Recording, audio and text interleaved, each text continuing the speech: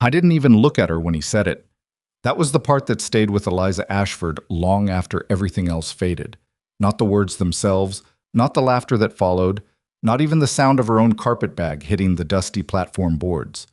It was the fact that Clayton Briggs looked straight past her, as though she were a fence post someone had accidentally shipped west, instead of a woman who had sold every last thing she owned to be standing there.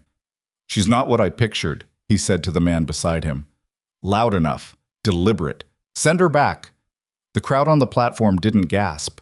They laughed.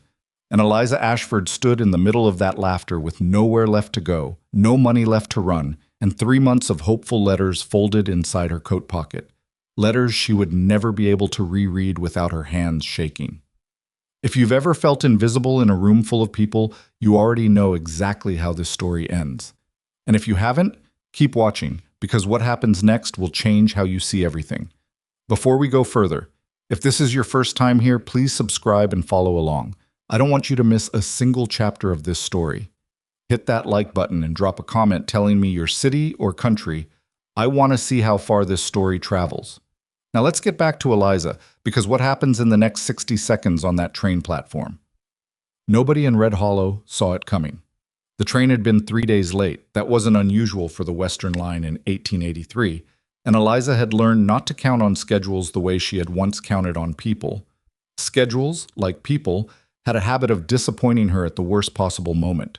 So she sat in the hard wooden seat of the passenger car and watched the landscape change from something familiar into something that had no name she recognized, and she told herself that was fine. That change was the whole point. She had packed light because there wasn't much left to pack. The house in Pennsylvania had been sold to cover her father's debts. Debts nobody told her about until the creditors were already at the door.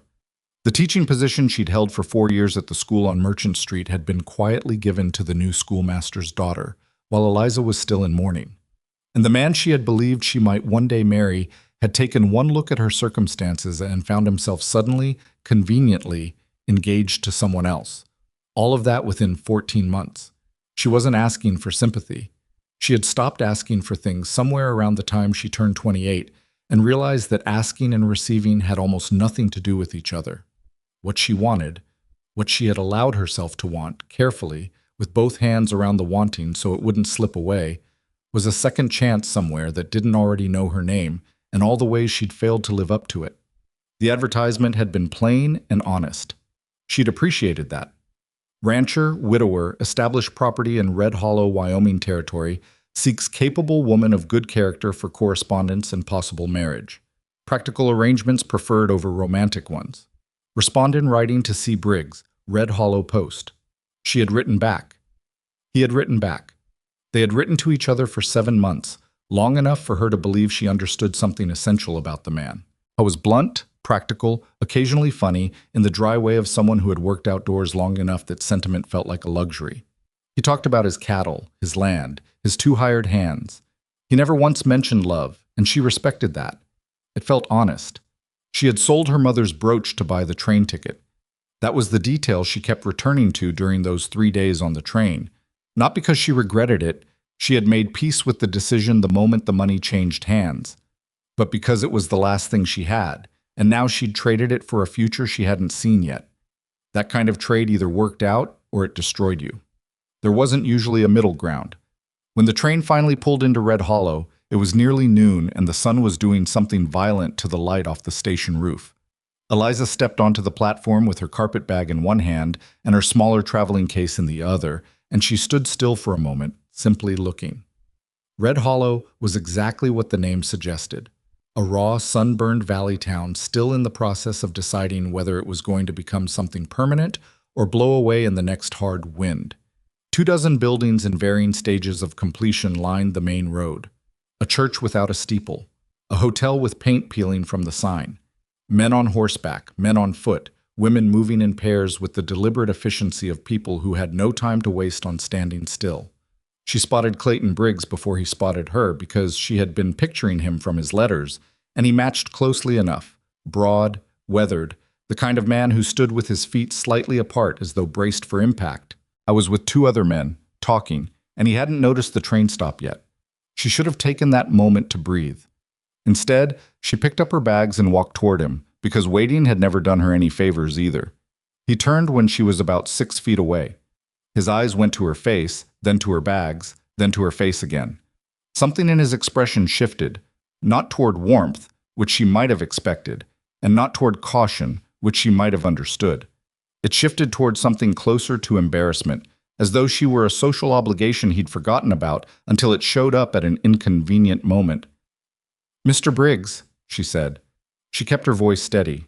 She was good at that. "Miss Ashford." He said her name like it was something he was confirming on a list rather than a greeting.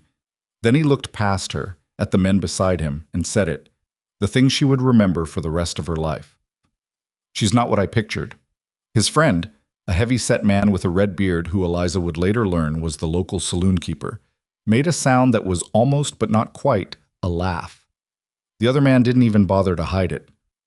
"Send her back," Clayton said. Not to her, to no one in particular, as though the matter were purely logistical. For a moment, Eliza didn't move. She was aware of the platform, aware of the people who had paused to watch, aware of the specific quality of silence that gathers around public humiliation, the kind that feels like it has weight and temperature. She was aware of her own hands on her bag handles, the slight dampness of her palms, the way her lungs seemed to have forgotten what they were supposed to be doing. Then one of her bags slipped. She grabbed for it and caught the handle wrong, and the carpet bag went over sideways and the latch gave way, and 3 months of her life spilled across the dusty boards of the Red Hollow train platform. A folded shawl, a bundle of letters tied with kitchen string, 2 books, a jar of dried herbs her neighbor had pressed into her hands at the last moment because she believed it brought luck, a spare pair of shoes, not new. That was when the real laughter started. Not mean, most of it. That was the part that somehow made it worse. Most of the people laughing weren't cruel. They were just bored, and a woman's dignity hitting the ground is apparently funnier when you don't know her name. Clayton Briggs bent down and picked up the return ticket stub he'd apparently been holding ready, like a man who had known in advance how this was going to go. He held it out to her. "There's an eastbound next Thursday," he said. "I'll cover the fare." Eliza looked at the ticket. She looked at it for a long time. She thought about Pennsylvania, about the house that was no longer hers, and the job that had been quietly taken, and the man who had very conveniently found someone else. She thought about her mother's brooch, and the train ride, and 7 months of letters from a man who had apparently been imagining a different woman the whole time, a woman who existed only in his head, built from his requirements rather than her reality. She thought about what it would mean to take that ticket. It would mean going back to nothing. It would mean proving every person who had ever looked past her that they had been right to do so. It would mean that this exact moment on this exact platform with her things spread across the boards and strangers laughing would be the last chapter of the story. The final word. She left the ticket in his hand.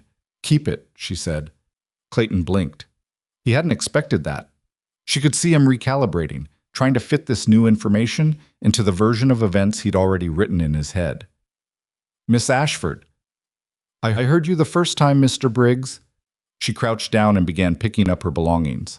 Her hands weren't entirely steady, but they were working, which was all she required of them. "You're not obligated to explain yourself. Neither am I." The laughter had died down by then. People were still watching, but it had shifted from entertainment to something more complicated. The particular discomfort of witnessing a person refuse to disappear on schedule. She got everything back into the bag except the latch, which had broken cleanly. She held it shut with one hand and straightened up, and she was about to simply walk away, in which direction she had absolutely no idea, but away, that much was certain, when she became aware that someone else had stepped onto the platform. She didn't notice him immediately. That was the strange part, because he wasn't a small man. He stood at the edge of the gathering crowd with his hat in his hands, watching. Not with the idle curiosity of the others, but with the focused attention of someone trying to understand something. He was somewhere past 40, with the kind of face that had been rearranged by weather and time into something that wasn't handsome in the conventional sense, but was deeply, unmistakably present. Not the kind of man you forgot, the kind of man you kept finding yourself watching without meaning to. When Eliza made eye contact with him, he didn't look away. He also didn't smile, which she found oddly reassuring. False comfort had worn thin.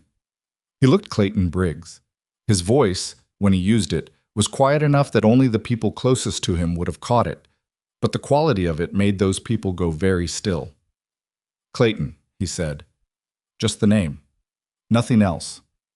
Something happened to Briggs's posture, a barely perceptible collapse around the shoulders, the kind that happens when a man realizes he's been observed doing something he'd prefer to have done in private. "Mercer," Clayton said. His tone had changed entirely. The man with the hat, Mercer, came forward. He didn't push past anyone. People simply moved, without quite knowing why. He crouched beside Eliza's carpet bag and picked up the broken latch piece she hadn't managed to retrieve, turned it over in his fingers once, then held it out to her. "This is fixable," he said. "Good leather. Just needs a proper clasp." She took it from him. Their fingers didn't touch. She noticed that he was careful to make sure they didn't. Then he stood up, and he turned to the crowd on the platform, and his voice was no longer quiet. "This woman traveled 3 days on a train based on letters from a man who apparently made her promises he never intended to keep," he said. He wasn't shouting. He didn't need to. She got off that train and the first thing she heard was laughter, from people who don't know her, who don't know what she left behind or what it cost her to be standing here. He paused. "That's something to think about." Nobody laughed. Nobody spoke, in fact. The saloon keeper with the red beard had developed a sudden strong interest in the boards at his feet. Clayton Briggs said, "Mercer, this isn't your concern." "No," Mercer said simply. "It's not, but I'm making it mine." He turned to Eliza. "My name is Rowan Mercer," he said. "I run Mercer Ranch, 12 miles north. I have a house that's been without proper management for 2 years since my housekeeper left for Cheyenne, a cook who handles food adequately but has no interest in the rest of it, and a roster of men who track mud into every room they enter and believe that constitutes housekeeping." He paused.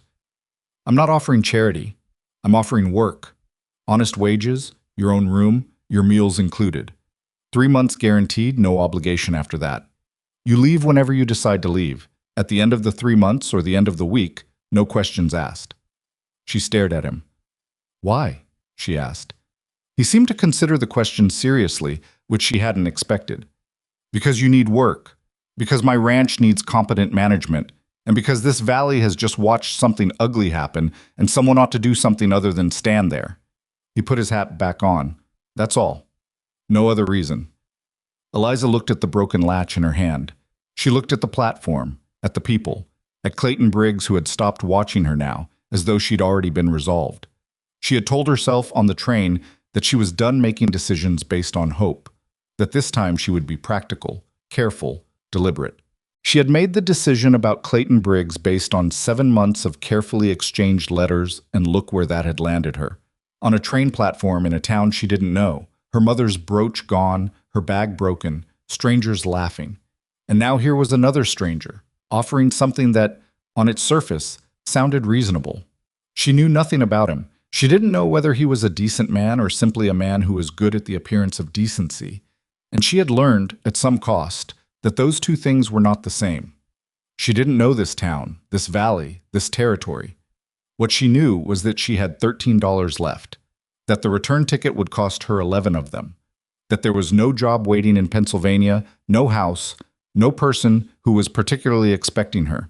She knew that the broken latch in her hand was, in fact, fixable, and that someone who noticed that, who thought to mention it, who took the time to retrieve the piece instead of stepping over it, was paying a different kind of attention than she had encountered in a while.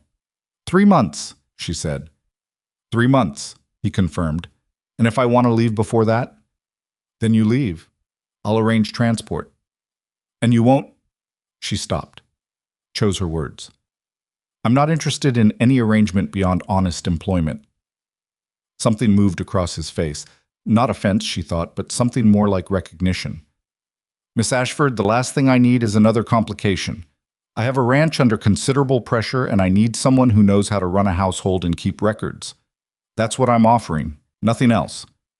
She held the broken latch for another moment. Then she picked up her bag, holding the latch closed with her thumb, and said, I'll need the first week's wages in advance to cover basic necessities. He didn't blink. Reasonable. And I eat with the household, not separately. Everyone eats together at Mercer Ranch. Then we have an arrangement, Mr. Mercer. She didn't feel relief when she said it. She wasn't sure she was capable of feeling relief yet. What she felt was the thing that comes just before relief. The moment when you've jumped and you're still in the air, and you don't know yet whether you've made the worst mistake of your life or the best one. That suspended moment where gravity hasn't decided what to do with you. Clayton Briggs said nothing as she walked past him. She didn't look at him. He had already become part of what she was leaving. She heard someone in the crowd say quietly, "Well, I'll be." She didn't look at them either. Rowan Mercer walked beside her, not in front, not behind, at a distance that was careful and neutral. He had a wagon waiting at the end of the platform, a solid dark horse already hitched, a boy of perhaps 16 in the seat, who looked up when they approached, and then looked at Mercer with a question in his face that Mercer answered with a small, economical head movement that meant something the boy understood immediately. The boy jumped down and held the side of the wagon as Eliza climbed up. Her arm shook slightly on the grip. She hoped no one noticed. She didn't look back at the town. She looked forward, at the road north, at the line of it going up into the valley between hills that were brown and gold and harder than anything she had grown up around. At the sky, which was enormous out here in a way that still surprised her. Sky as an event, not a backdrop. She thought about her mother's brooch, about the person who had it now, some stranger who would never know what it had purchased. She thought, 3 months. That's all you're committing to. 3 months, and then you reassess. She thought, you've survived everything so far. The wagon moved. Red Hollow fell away behind her. The road north was long and rough, and not one part of it was gentle. And Eliza Ashford sat straight in the seat with her broken bag on her lap, and her $13 in her coat, and the dried herbs rattling in their jar. And she told herself that whatever waited at the end of this road, she had already survived today.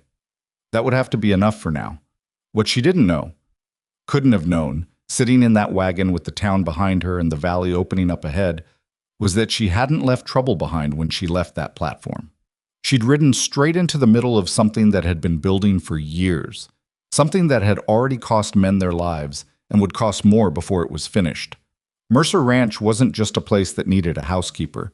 It was a place under siege, and Eliza Ashford, without knowing it yet, had just put herself directly in the path of it. The road to Mercer Ranch took 40 minutes, and Eliza spent most of it watching the boy drive. His name was Pete, she learned, when Rowan introduced them with the brief efficiency of a man who considered names the minimum necessary social requirement. Pete was 16, had been working at the ranch for 2 years, and had the particular combination of easy confidence and hidden nerves that belonged exclusively to young men trying to appear older than they were. He kept sneaking glances at her from the corner of his eye, then looking away whenever she noticed. Rowan sat in the back of the wagon, that small thing, giving her the front seat beside Pete instead of taking it himself, told her something she filed away carefully. It could mean nothing. It could mean he was the kind of man who thought about other people's comfort in practical terms. She wasn't prepared to conclude which yet. The road was bad. Not dangerously bad, but the kind of bad that accumulates over years of hard weather and irregular maintenance, ruts that had dried into permanent grooves, patches where the surface had simply given up. The wagon complained in its springs every quarter mile. Pete drove it with the unconscious ease of someone who had learned to read the ground before he'd learned to shave. When the ranch came into view, Eliza's first thought was that it was bigger than she'd imagined. Her second thought was that something about it looked tired. Not the land. The land was magnificent in the hard and different way of country that had never been asked to be gentle. Rolling pasture cut by a dark creek line, cattle visible in the middle distance like slow-moving punctuation, hills behind that caught the afternoon light and held it in shades of copper and dry grass. The kind of view that made you understand suddenly why people came west even when west was difficult. But the house itself, a substantial 2-story structure with a wide porch and good solid bones, carried the particular look of a place that had been maintained by people going through the motions rather than people who actually lived there. Curtains that needed washing, a porch step that had cracked and been left to crack further, a kitchen garden along the south side that had gone mostly to weeds, with a few determined vegetables struggling through anyway on sheer principle. She didn't say anything. She just looked, and she cataloged, and she thought, 3 months. Rowan helped her down from the wagon, brief, functional, no lingering, and led her inside. The interior was better than the outside had suggested and worse than it could have been. A large main room with a fireplace that worked, she could see from the clean draw of ash. A kitchen that had good equipment badly organized. Stairs going up to 4 bedrooms, one of which had been designated hers. A corner room with a window facing east, a bed with a serviceable mattress, a dresser with one stuck drawer, and a braided rug that had been there long enough to have a story. "Meals are at 6, noon, and 6, Rowan said, standing in the doorway of her room with his hat back in his hands. He seemed to do that often, hold his hat when he was inside, as though keeping his hands occupied was a deliberate choice. "The men eat in the kitchen. You're welcome there or in the dining room as you prefer. There's no preference on my end." "Kitchen is fine," she said. "The house account is at Dawson's in town. I'll have your name added Monday. Purchase what you need for the household." "What's the monthly budget?" He told her. It was reasonable. Less than generous, more than stingy. The number of a man who had thought about it, rather than a man who simply said a number. "I'll need to do an inventory first," she said. "Makes sense. And I'll need a ledger. Something to track expenditures and supplies. There should be one in the desk downstairs, bottom right drawer." She nodded. He nodded. Neither of them seemed to know what came next, which was itself informative. He wasn't a man who filled silence with performance. She appreciated that more than she expected to. "I'll let you settle," he said. "Supper's in 2 hours." He left. She heard his boots on the stairs, measured, not heavy, the walk of a man who had learned to move through his own house without announcing himself. She stood in the middle of the room and looked at the east window and thought, "All right, begin." She spent the first hour doing what she always did in any new situation. She made a list, not on paper yet, just in her head. Every room, every obvious gap, every system that had broken down and been quietly ignored. The kitchen was the most urgent. Whoever was cooking for the ranch hands was managing it like a man camping rather than a man feeding people, which meant efficiency was near zero and waste was high. The main room needed deep cleaning. The upstairs hall had a lamp bracket hanging loose from the wall at a 45-degree angle that would eventually come down on someone's head. The stuck dresser drawer in her room she freed in 4 minutes by identifying the warp in the wood and applying pressure at the right point rather than yanking.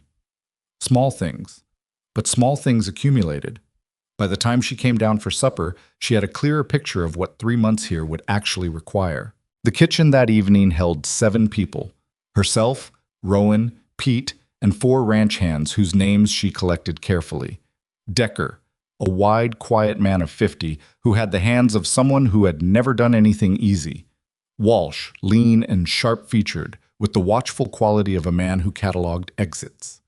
Brothers named Callum and Ned, both red-haired, who finished each other's sentences in the casual, ongoing shorthand of people who had grown up in the same small house. They looked at her with varying degrees of curiosity and reservation. She looked back at all of them and didn't smile in the particular way that was designed to make other people comfortable at her own expense. She simply sat down and said, "The biscuits are burning." Walsh pulled the pan from the oven 14 seconds later. They were dark but not destroyed. He looked at her sideways and she looked back at her plate. Decker said very quietly, to no one in particular, Supper was edible. Not good, but edible. And Eliza noted what needed changing without saying any of it aloud. This was not the moment. The moment for that would announce itself when it was ready. What she did instead was listen. Ranch hands talked at supper the way men talked everywhere, sideways, in code, about things that weren't quite what they appeared to be on the surface. She'd grown up with a father who worked in a mill and spent 30 years listening to men talk around the things that mattered, and she had learned to hear the real conversation underneath the one actually being spoken. What she heard that evening was tension. Not between the men themselves, between them and something outside the table. The way Decker's eyes went to the window twice for no visible reason. The way Walsh and Rowan exchanged a look over the breadbasket that lasted half a second, but carried significant weight. The way Callum started to say something about the south pasture, and then stopped when his brother touched his arm. She ate her supper and said nothing and remembered everything. After the dishes, she washed them, quietly, ignoring the mild surprise this produced. She found the ledger in the desk exactly where Rowan had said it would be. She brought it to the kitchen table with the lamp and began her inventory list. Just the house. Just the practical things, just what she could see and measure. She was still at it an hour later when Rowan came in from checking the horses and stopped in the kitchen doorway. "You don't have to start tonight," he said. "I know." She didn't look up. "I find it easier to start before I have time to think about how much there is." He was quiet for a moment. Then he pulled out the chair at the other end of the table and sat down, which surprised her slightly. Not that he sat, but that he sat at the far end rather than nearby, maintaining the kind of deliberate distance that said, "I'm aware this could be misread, and I am actively choosing not to give it the opportunity." She noticed. She filed it. "The cook's name is Harlan," Rowan said. "He's been here 8 years. He can do 3 things well and everything else is a risk. I'd appreciate it if you didn't make him feel replaced. He's loyal, and loyalty is hard to come by." She looked up then. "What 3 things?" "Beef stew, cornbread, and he can skin and dress a deer faster than anyone I've ever seen." That's a specific skill set. This is a specific kind of place. She wrote something in the ledger. Then she said, without looking up, "The South Pasture. What's wrong with it?" The silence that followed had texture. "What makes you think something's wrong with it?" His voice was neutral, not defensive, neutral. The way a careful man sounds when he's deciding how much to tell someone he doesn't know yet. Callum started to say something about it at supper and stopped when Ned touched his arm. "And you have Walsh checking that east window every 20 minutes like he's expecting something." She closed the ledger but kept her hand on it. "I'm not asking to interfere. I'm asking because if there's something I need to know to do my job safely, I'd rather know it now than trip over it later." Rowan looked at her for a moment. Long enough that she felt the examination without it feeling intrusive. The look of a man taking a proper measurement. "We've had cattle go missing," he said, "over the last 6 weeks. Small numbers each time. 4 here, 6 there. Rustlers." That would be the simple explanation. He turned the coffee cup on the table, so he hadn't drunk from it, she noticed. It was something to do with his hands. Rustlers take what's available. These disappearances are specific, always from the same rotation, always the animals nearest the south fence line, always the night after we changed the grazing schedule. She felt something sharpen inside her chest. Not fear exactly. Something more like the alertness that comes when a puzzle reveals itself to be bigger than its first visible edges. "Someone who knows your rotation," she said. "Someone with access to it." Neither of them said the next part aloud because the next part was someone inside the ranch, or someone with a source inside the ranch. And that was a different category of problem entirely. Not external, but internal. Not a stranger's crime, but a betrayal from somewhere close. "I see," she said. "I don't know who," he said. And the way he said it, flat, careful, the particular tiredness of a man who had been carrying a suspicion without being able to act on it, told her this had been going on longer in his head than 6 weeks. "Are the men aware you suspect an inside connection?" "No, and I'd like to keep it that way for now." She nodded. "All right." He stood up, reclaimed his coffee cup, poured the cold coffee down the drain, and rinsed the cup with the methodical habit of a man who had done it 10,000 times alone. At the kitchen door, he stopped without turning around. "Thank you," he said, "for not leaving, today on the platform." She didn't answer right away. Then she said, "I didn't stay for you, Mr. Mercer.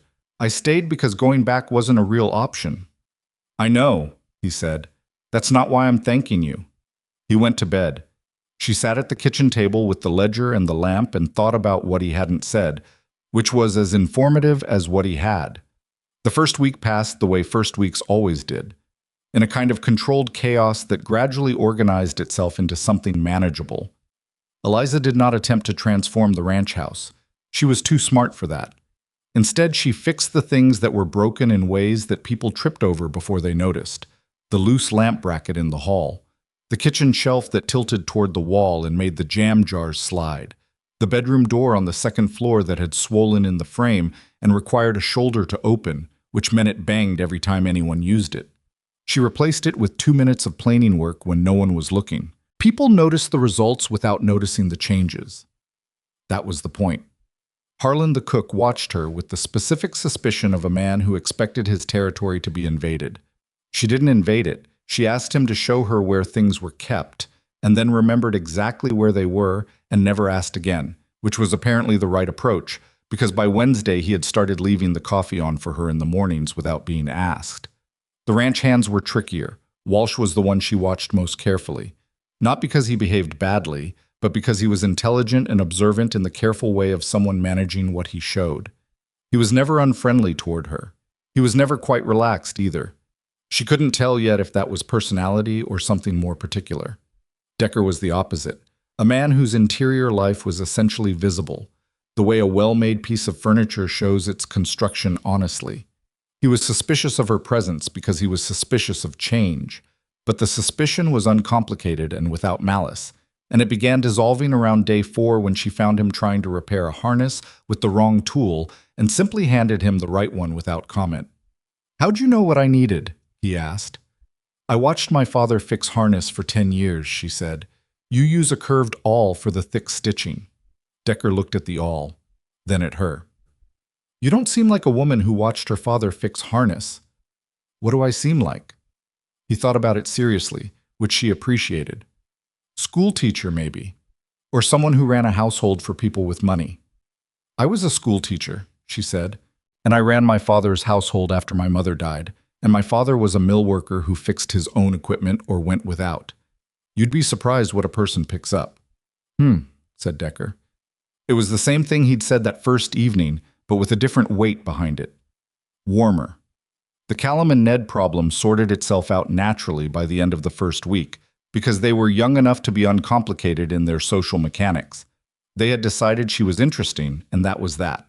By Friday, Callum was asking her opinion on whether the east fence section could wait another month or needed replacing now, and she was asking him to show her the fence so she could actually answer the question rather than speculating.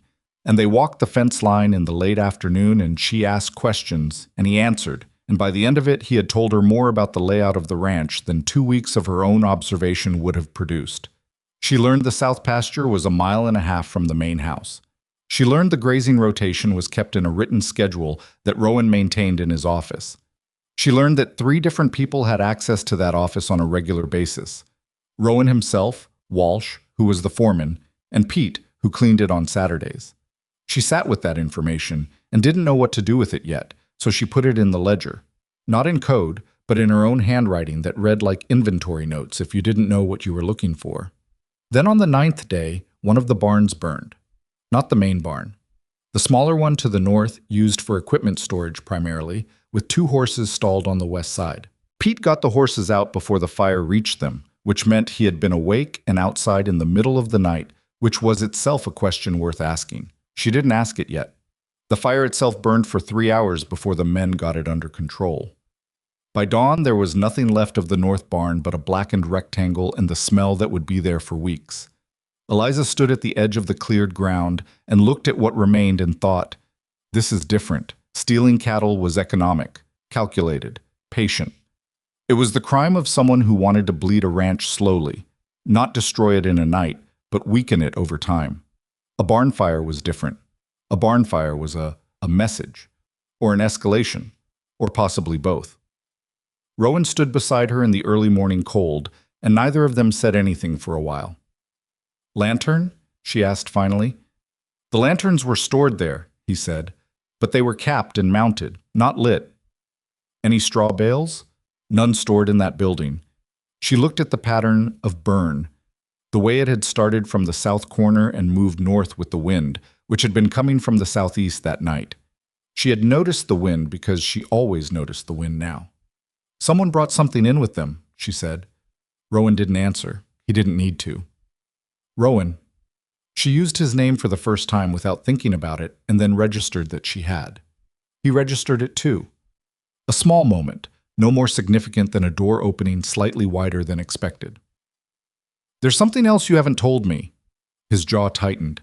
It wasn't refusal exactly. It was more like the particular resistance of a man who had gotten used to carrying things alone and found the habit difficult to interrupt.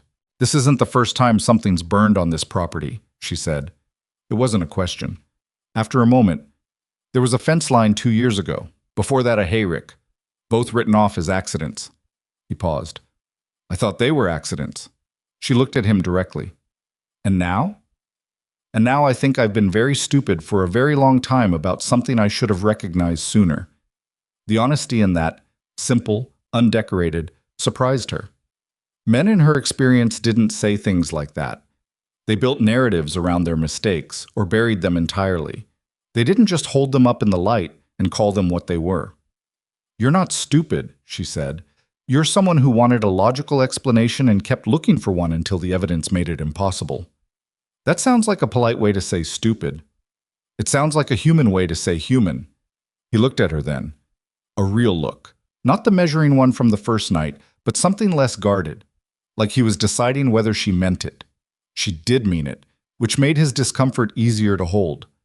"I'm going to start keeping my own records," she said. "Everything, dates, times, what was taken or damaged, which men were where, weather conditions, moon phase. Everything. Moon phase. People who operate at night prefer darkness. If there's a pattern in the timing relative to the lunar cycle, it tells us something about how they plan." He stared at her. "I taught arithmetic and natural science for 4 years," she said, answering the unspoken question. "And I kept my father's accounts for 6 years before that. I know how to find a pattern if there's one to find." Whatever he had expected from a woman stepping off a train with a broken bag and $13 in her coat, it clearly was not this. She watched him reorganize something behind his eyes. Not his opinion of her exactly, but his understanding of what this arrangement actually was and what it might be worth to him. "All right," he said. "I'll need access to anything you've already documented." "There isn't much. Then we start from now."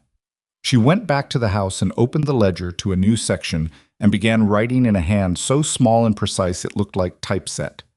Date, time, location, nature of incident, weather conditions, clear, cold, wind from the southeast. Phase of moon, waning gibbous, approximately 70% illumination. Personnel present at time of discovery. Pete, approximate time unknown, discovered fire and raised alarm. She underlined Pete's name, not with accusation, with a question mark she intended to resolve one way or the other. She had no suspicion about the boy. She had no clear suspicion about anyone yet. What she had was the understanding, clear and cold as the morning outside, that someone was working methodically against this ranch, that they had been doing so for at least 2 years, and that they were either patient enough or connected enough to sustain a campaign of damage without being caught. That level of patience and connection meant something specific. This wasn't random. This was personal. The next 3 weeks delivered new evidence at irregular intervals, which itself was data. The pattern wasn't calendar predictable. Whoever was doing this varied the timing carefully, which ruled out someone acting on pure impulse and pointed toward organization. 6 more cattle vanished from the south pasture over 2 separate nights. A wagon wheel was found sawn nearly through on the underside. A death trap waiting for the right load on the right road. Eliza found it herself when she was inventorying the equipment shed and ran her hand under the wheel rim out of pure habit and felt the cut. She went cold when she found it. Then she went and found Decker and told him quietly and watched his face absorb the information and go from surprise to a specific kind of dread that told her he understood what a sawn wheel meant for whoever had been riding that wagon. "Who uses this one?" she asked. "Rowan does, for the supply run to town." She kept her voice even. "When's the next supply run?" "Day after tomorrow." They looked at each other. "I'll tell him," she said. "Don't say anything to anyone else yet." Decker nodded. His hands were fists at his sides, and he was working hard to keep his face composed, because Decker was a man who had been on this ranch for 11 years and felt its safety as a personal responsibility. She could see that clearly. She appreciated it. She told Rowan that evening. In his office, with the door closed. He looked at the description of the cut. She had sketched it in the ledger, the angle and depth and position. And his face did something complicated that she watched without looking away. Fear first. Not for himself, she thought, but the fast, hard fear of a person realizing how close something came. Then anger, which was cleaner and therefore easier to carry. Then the anger settling into something colder and more deliberate that she thought was probably the most dangerous version of Rowan Mercer, and also possibly the most honest one. "They're inside this operation," he said. He said it the way a person says a thing they've been avoiding saying. "Yes," she said. "Walsh, or Pete." He said the names like he was pressing on bruises. "I don't know yet," she said, "and I want to be careful about what we assume before we know." Someone inside this ranch tried to kill me with a wagon wheel, Eliza. It was the first time he'd used her name. She noticed it and said nothing about it. I know, she said. And that person is counting on us to react fast and make mistakes, so we don't. He stood up from the desk and walked to the window. The same window Walsh watched from the kitchen. He stood with his back to her, and she could see the tension in his shoulders, the particular set of a man holding himself very still, because movement might cost him control he didn't want to lose. I made a decision once, he said, years ago. A decision I've never entirely settled in myself. She waited. There was another rancher, man named Del Ackers. He came to this valley before me, ran a smaller operation south of here. When the trouble started, not this trouble, older trouble, land dispute and water rights, Del stood against it alone. I had the resources to help him, and I didn't, because I was protecting my own position, and I told myself it was tactical. His shoulders moved slightly. Del lost everything, rode out of the valley the following spring with nothing but his horse. I don't know what happened to him after that. You've been living with that. I've been wondering if what's happening now is the cost of it. Consequence. Balance sheet coming due. She considered what he was telling her. Not the guilt itself, that was plain enough, but the reason he was telling her. A man like Rowan Mercer didn't confess things without purpose. I was telling her because he was deciding, finally, how much to trust her. I think what's happening now is happening because someone wants your land and your operation, she said. Not because of what you did or didn't do to Del Ackers. The universe doesn't work on that kind of accounting, whatever we might prefer to believe. She paused. What happened with Del Ackers is between you and your own conscience, and I can't speak to that. But I can tell you it has no bearing on whether you deserve to protect what you've built. He turned from the window. In the lamplight, his face looked older than his years and younger than his expression usually allowed, something stripped back to a more essential version. You're a strange woman, he said, not unkindly. I've been told. I mean it as a compliment. I know, she said. That's why I accepted it. Something shifted in the room then. Nothing dramatic, nothing that could be pointed to directly. Just the subtle reorientation that happens between two people when they stop being strangers in any functional sense, even if they remain strangers in all the official ones. She went back to the kitchen and her ledger. He stayed in his office. Later she heard him pacing, the slow, irregular pacing of a man working something through, and she sat with her list of dates and times and weather conditions and thought about patterns, about what it required of a person to sustain patient malice over months and years, about what kind of operation could move cattle without leaving obvious track and burn a barn without witnesses, and saw a wheel rim and know exactly which wagon Rowan used for his supply runs. It required either a very small, careful enemy or a very well-organized one. She didn't sleep much that night.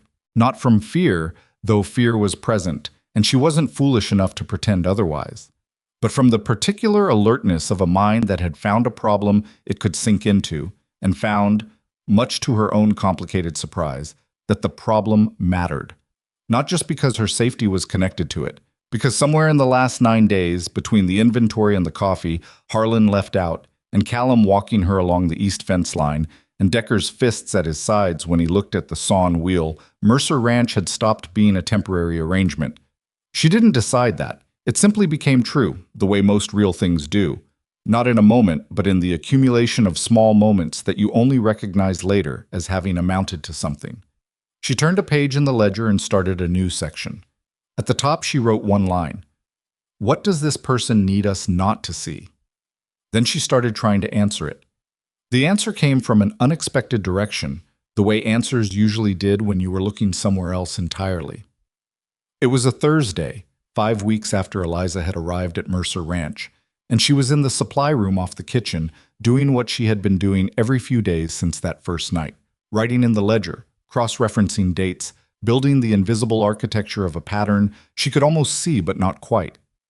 The moon had been 3/4 full on both nights the south pasture cattle went missing. The barn fire had been a new moon, full dark. The sawn wheel had been prepared sometime in the 48 hours before a new moon as well. She had written at the top of one page, "Darkness is a requirement, not a coincidence." That meant planning. It meant someone who understood the property well enough to operate blind in it on dark nights, or someone who had the kind of help that didn't need light. She was thinking about that, the specific quality of someone who moved through this land in the dark as though it were familiar.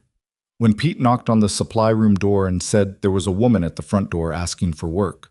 The woman's name was June Caraway, and she was perhaps 60, which made her several decades older than anyone who usually appeared at a ranch door asking for kitchen work.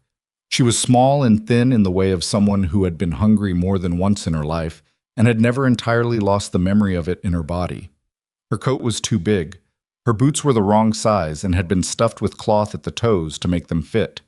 Eliza brought her in and put coffee on, which was the first thing and the right thing, and June sat at the kitchen table and held the cup in both hands and said she'd heard there was work at Mercer Ranch, and she needed steady income, and she could cook and clean and manage a household, and she had references from 2 families in Casper who had since moved back east.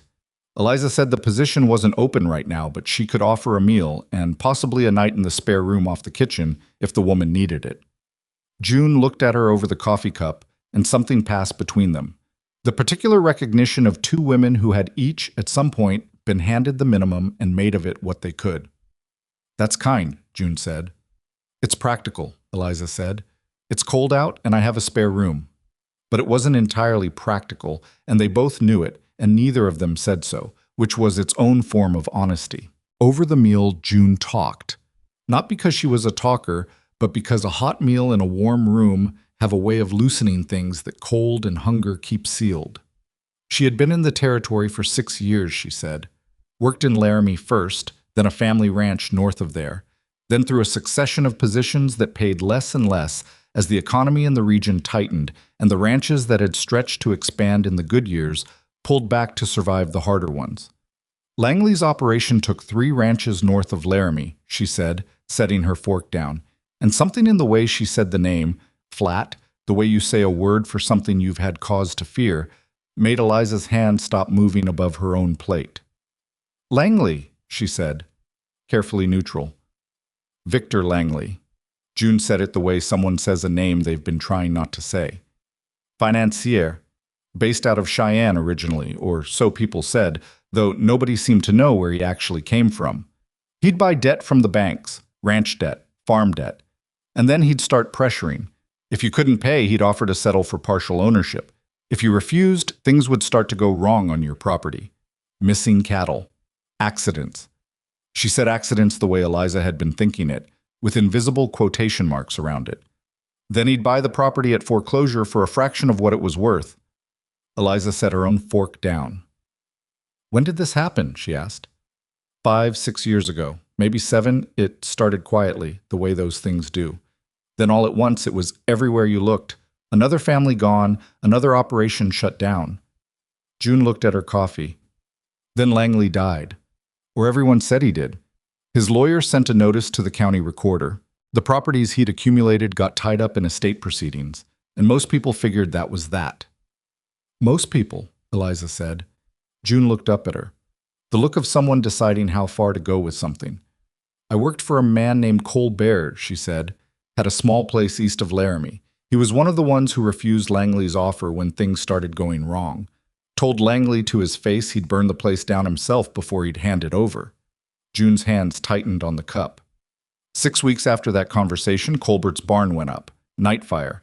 He got the animals out, but the barn was gone. 3 months after that, 4 of his hands quit in the same week. He couldn't pay the ones who stayed. Eliza was very still.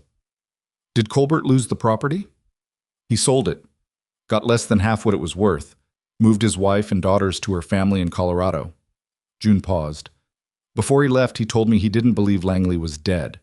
Said the timing was too convenient. The estate proceedings moved too slow, and when they finally resolved, the properties went to a holding company that nobody could trace back to a real person."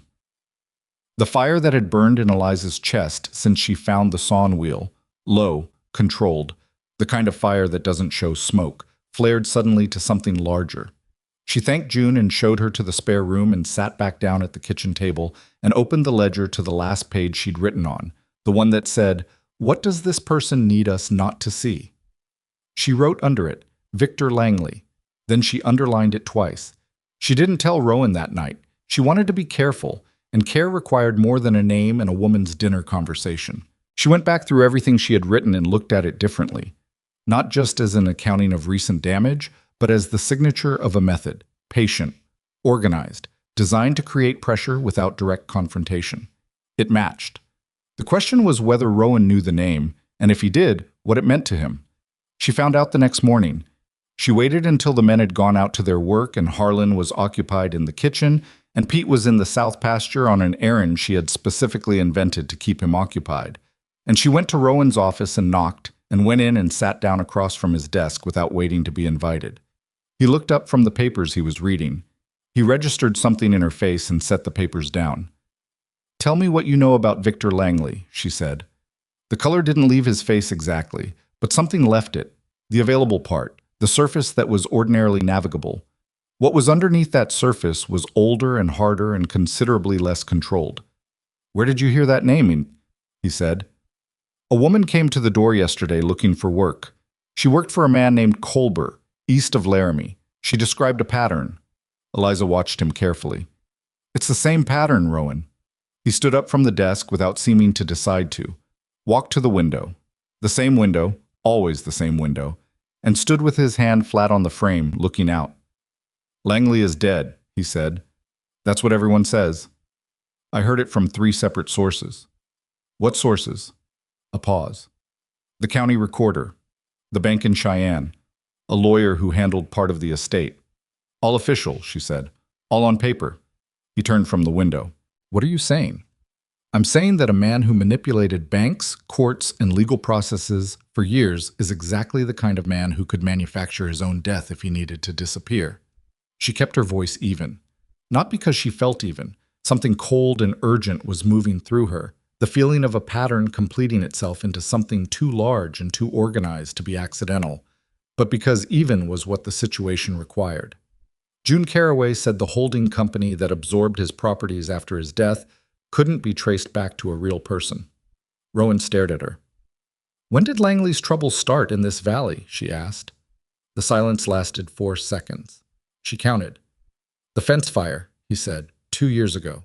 That's when it started. 18 months after Langley's reported death. Another silence. The timing fits a man who faked his death, waited for the attention to dissipate, and then started a new operation somewhere else, she said. He'd have learned from whatever mistakes he made in Laramie. He'd be more careful this time, more patient. Rowan came back to the desk and sat down heavily. Not the controlled movement of a man choosing to sit, but the movement of a man whose legs have made the decision for him.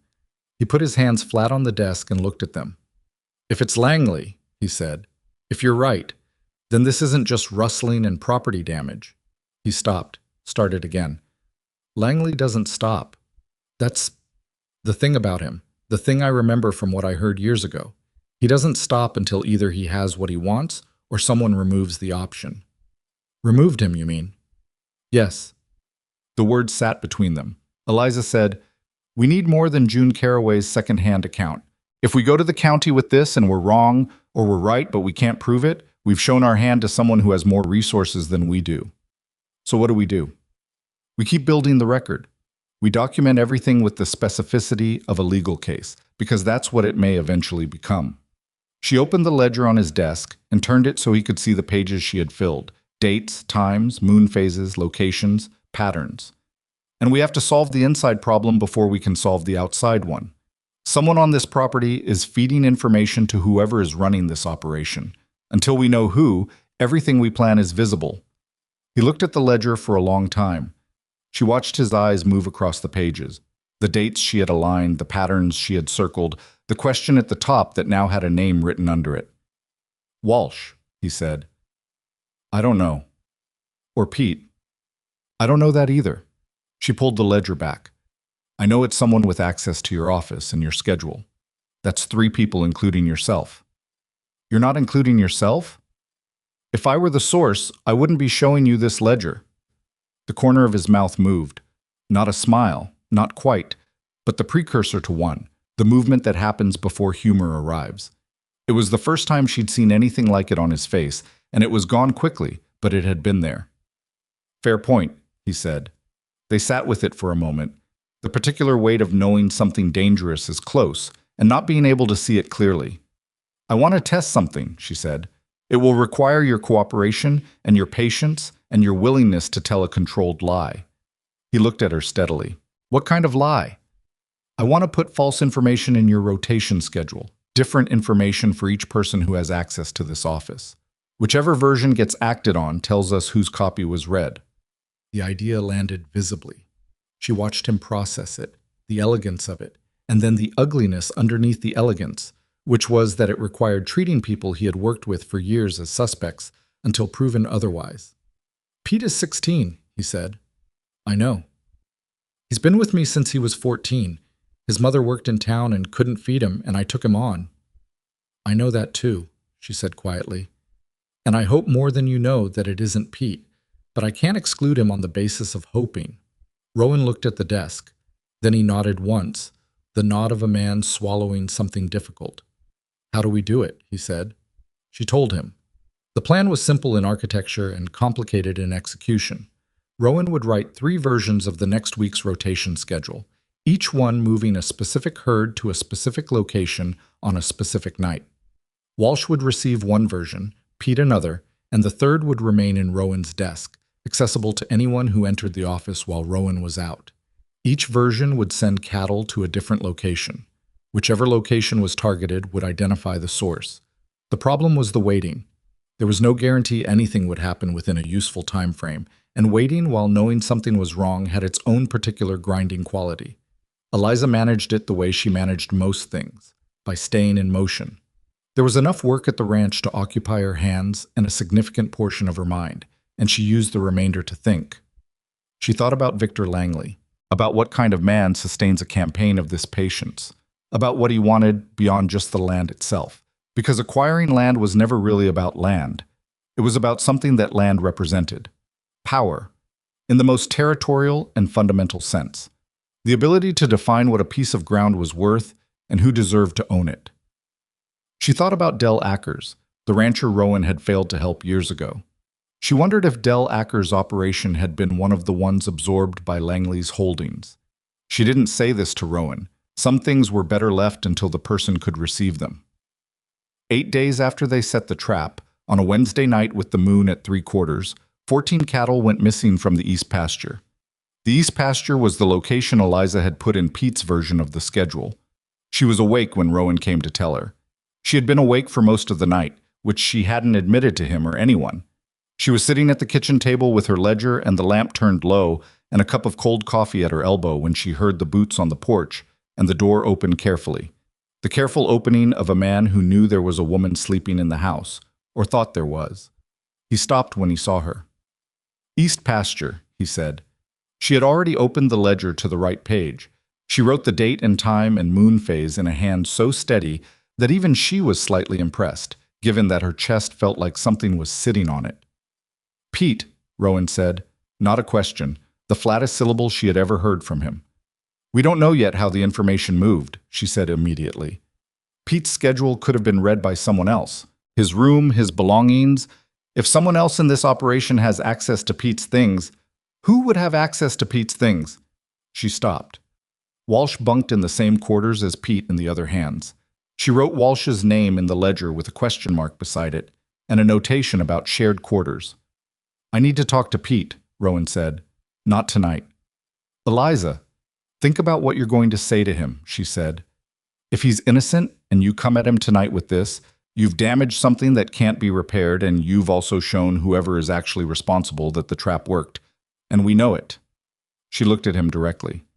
If he's guilty and you come at him tonight in the state you're in right now, you'll get nothing useful. He stood in the kitchen doorway and she could see him fighting his own urgency, which was not a small fight. He was not a patient man by nature. He had learned patience the way you learn things in life that don't come naturally, through long repeated application of deliberate effort, and the effort was always visible at the seams. Tomorrow, she said, clean and clear in daylight. I'll be there. He came inside fully and sat down across from her at the kitchen table, which was where they had ended up before and seemed to be becoming a habit. The table as the place where the difficult things were said, the lamp as the witness. He looked at the ledger pages she had turned face up between them. His hands were flat on the table, and she noticed that his knuckles were white, and then they weren't as he deliberately unclenched them. "If it's Walsh," he said.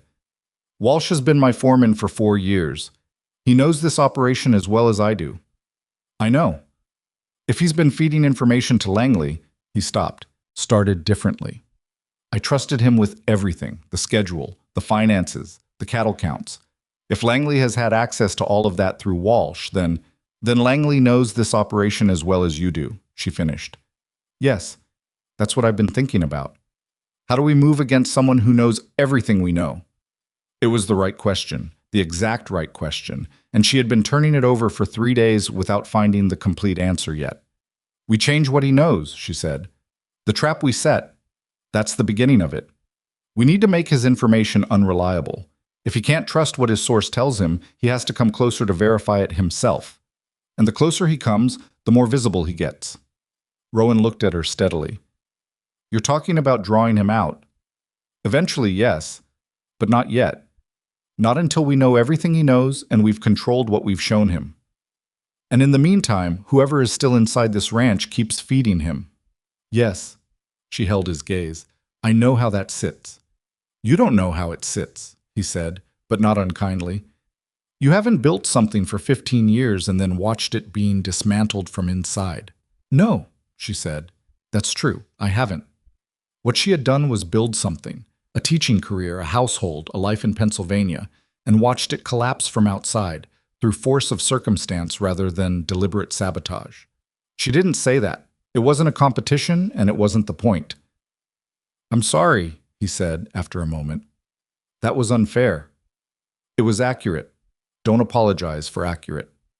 He looked at her strangely, not the measuring look, not the guarded look, but something in between that she didn't have a precise name for. The look of a person recognizing something in another person that they hadn't expected to find there. "I'll wait until tomorrow," he said. "Good. You should sleep." "So should you." Neither of them moved. The lamp burned between them and outside the window. The 3/4 moon was doing what it always did, indifferent to whatever happened beneath it. And somewhere in the south pasture, what remained of the cattle that hadn't been taken were standing in the cold dark. And somewhere on this property, or close to it, a man was feeding information to a man who might or might not be dead. Rowan said, "I don't actually know what to do with the fact that you've been more useful in 5 weeks than anyone else has been in 2 years. You could accept it without needing to do anything with it. I'm not very good at that." "I noticed." He almost smiled again. It lasted about as long as the first time. She closed the ledger and said goodnight, and went upstairs and lay on her bed in the dark, with the east window showing her a sky that was enormous and entirely unconcerned with her specific situation. And she thought about patterns and patience and what it cost to sustain a plan through months and years without losing the thread. She thought about Victor Langley, a name she hadn't known a week ago that now occupied the center of everything she was thinking. She thought, a man who is patient enough to fake his own death and wait 18 months before starting again is a man who has never once believed he would lose. That kind of certainty was a weakness. She had seen it in smaller versions, in creditors who assumed her silence meant compliance, in the school board who assumed her departure meant agreement, in Clayton Briggs who had assumed she would take the return ticket because what other option did a woman in her position have? They were always wrong, those men. Not because they had misjudged the situation, because they had misjudged her. She fell asleep thinking about that and slept better than she had in 2 weeks.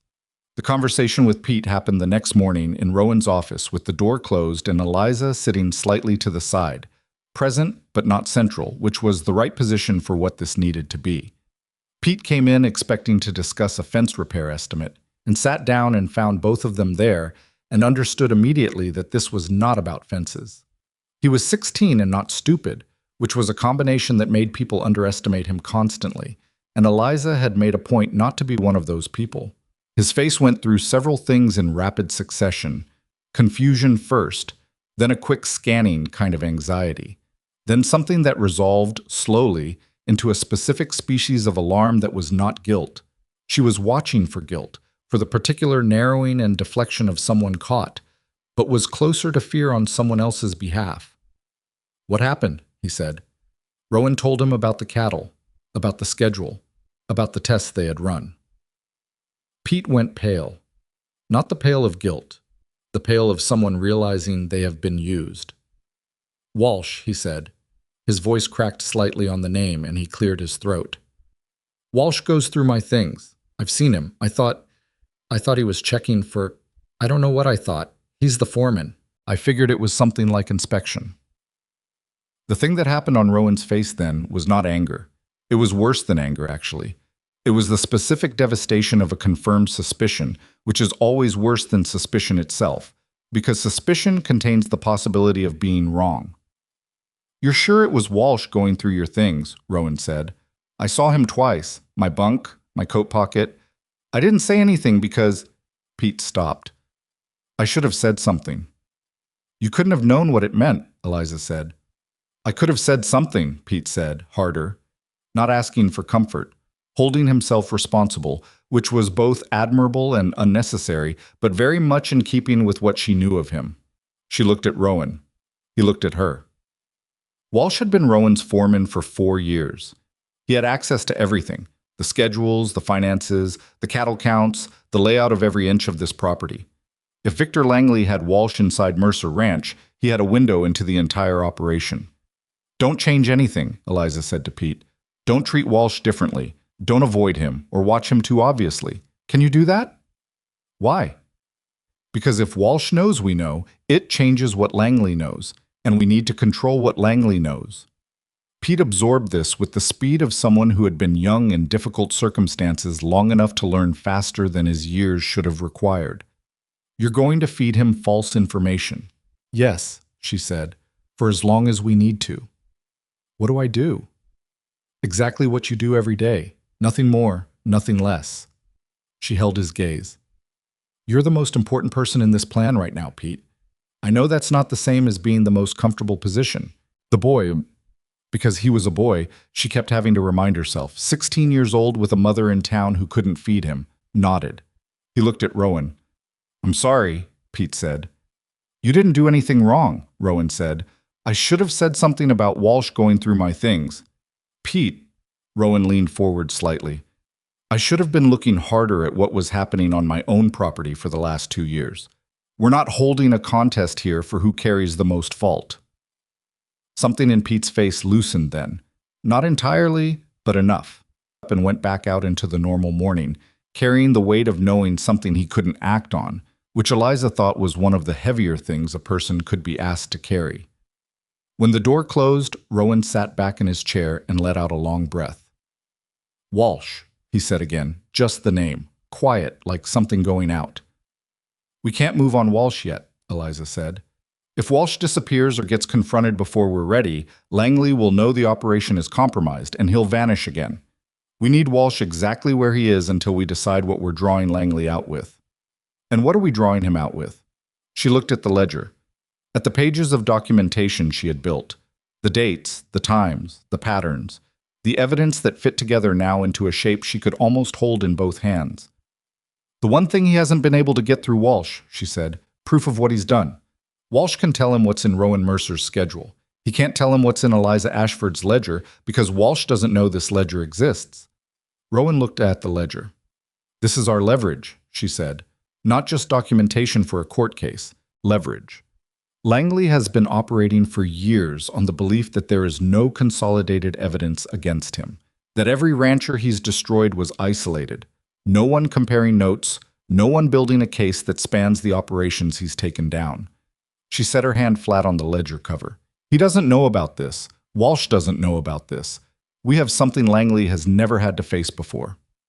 One woman's account book, Rowan said. Not dismissively. She could hear that he wasn't being dismissive. It was being precise. One woman's account book, she agreed, that happens to contain the most complete record of his current operations methods and movements that exists anywhere in this territory.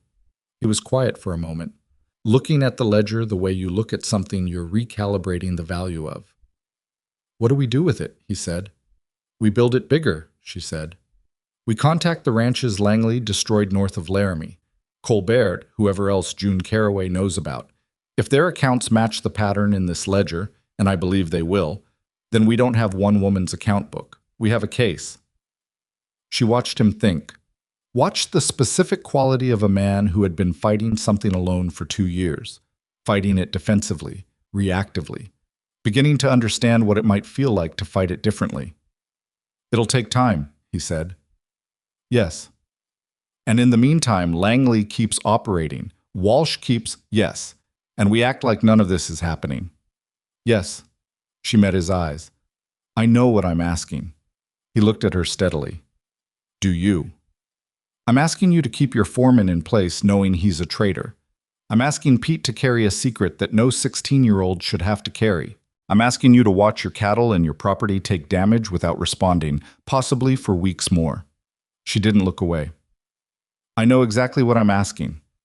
The silence had weight. All right, he said. All right? All right, Miss Ashford. The formal address for the first time in weeks. Deliberate. Something changing direction. Then let's build the case. She nodded and stood and picked up her ledger and walked to the office door, and she had her hand on the frame when he said, quietly, without particular inflection, You know that what we're doing here is considerably more than 3 months of household management. She stopped, didn't turn around. I'm aware, she said. The 3 months are up in 11 days. She stood in the doorway with her hand on the frame and the ledger against her chest, and the morning coming through the hall window, and thought about $13 and a broken bag latch, and her mother's brooch, and a return ticket she had refused. I know, she said. She walked out. She didn't say whether she was staying or going, because she didn't think that was the question. The question was never going to be about whether she left. It had stopped being about that somewhere around the time she found the sawn wheel and wrote the first name in the new section of the ledger. She went back to the kitchen and sat down with Harlan, who was making something complicated with beef that would become edible by supper if left alone. And she opened the ledger to a clean page and wrote at the top, June Caraway. References. Colbert, East Laramie. Below it she wrote, What other ranches? How many? How far back does this go? Below that, if Langley built a legal framework around a faked death, there's a lawyer somewhere who helped him do it. Find the lawyer. She wrote for an hour without stopping, the pen moving with the particular certainty of a woman who has finally, clearly, completely understood the shape of the problem she is inside. The shape was larger than she had thought when she first arrived. Larger than missing cattle and a burned barn and a sawn wheel. It was the shape of a man who believed himself unreachable, who had operated in the shadows of legal systems and financial instruments for so long that he had come to mistake invisibility for invulnerability. Those were not the same thing. She knew that better than most. She had been invisible herself once, standing on a train platform with a broken bag and strangers laughing, invisible enough that a man could refuse her to her face without lowering his voice. Invisible and invulnerable were not the same thing at all. And then it happened. The thing that stopped everything. It was late on a Tuesday, 11 days after the conversation in Rowan's office, and Eliza was carrying the ledger from the supply room back to the kitchen when she heard a sound from the direction of the bunkhouse that didn't belong. Not a fight, not loud enough for that. More like something falling, and then a long scraping sound, and then silence that felt different from regular silence. She set the ledger on the kitchen table and went to the back door and opened it. Old Decker was on the ground beside the bunkhouse step, not sleeping.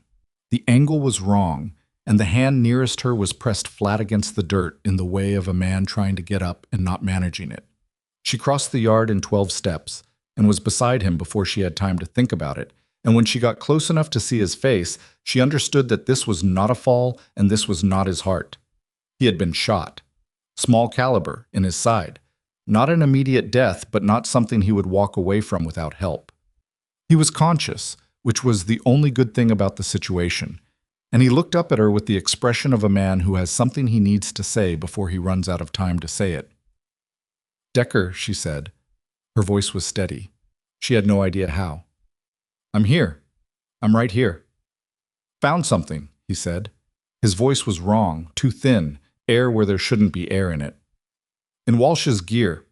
Thought it was nothing at first, a letter. He stopped, gathered. It had a name on it. Return address. What name? She said. He told her.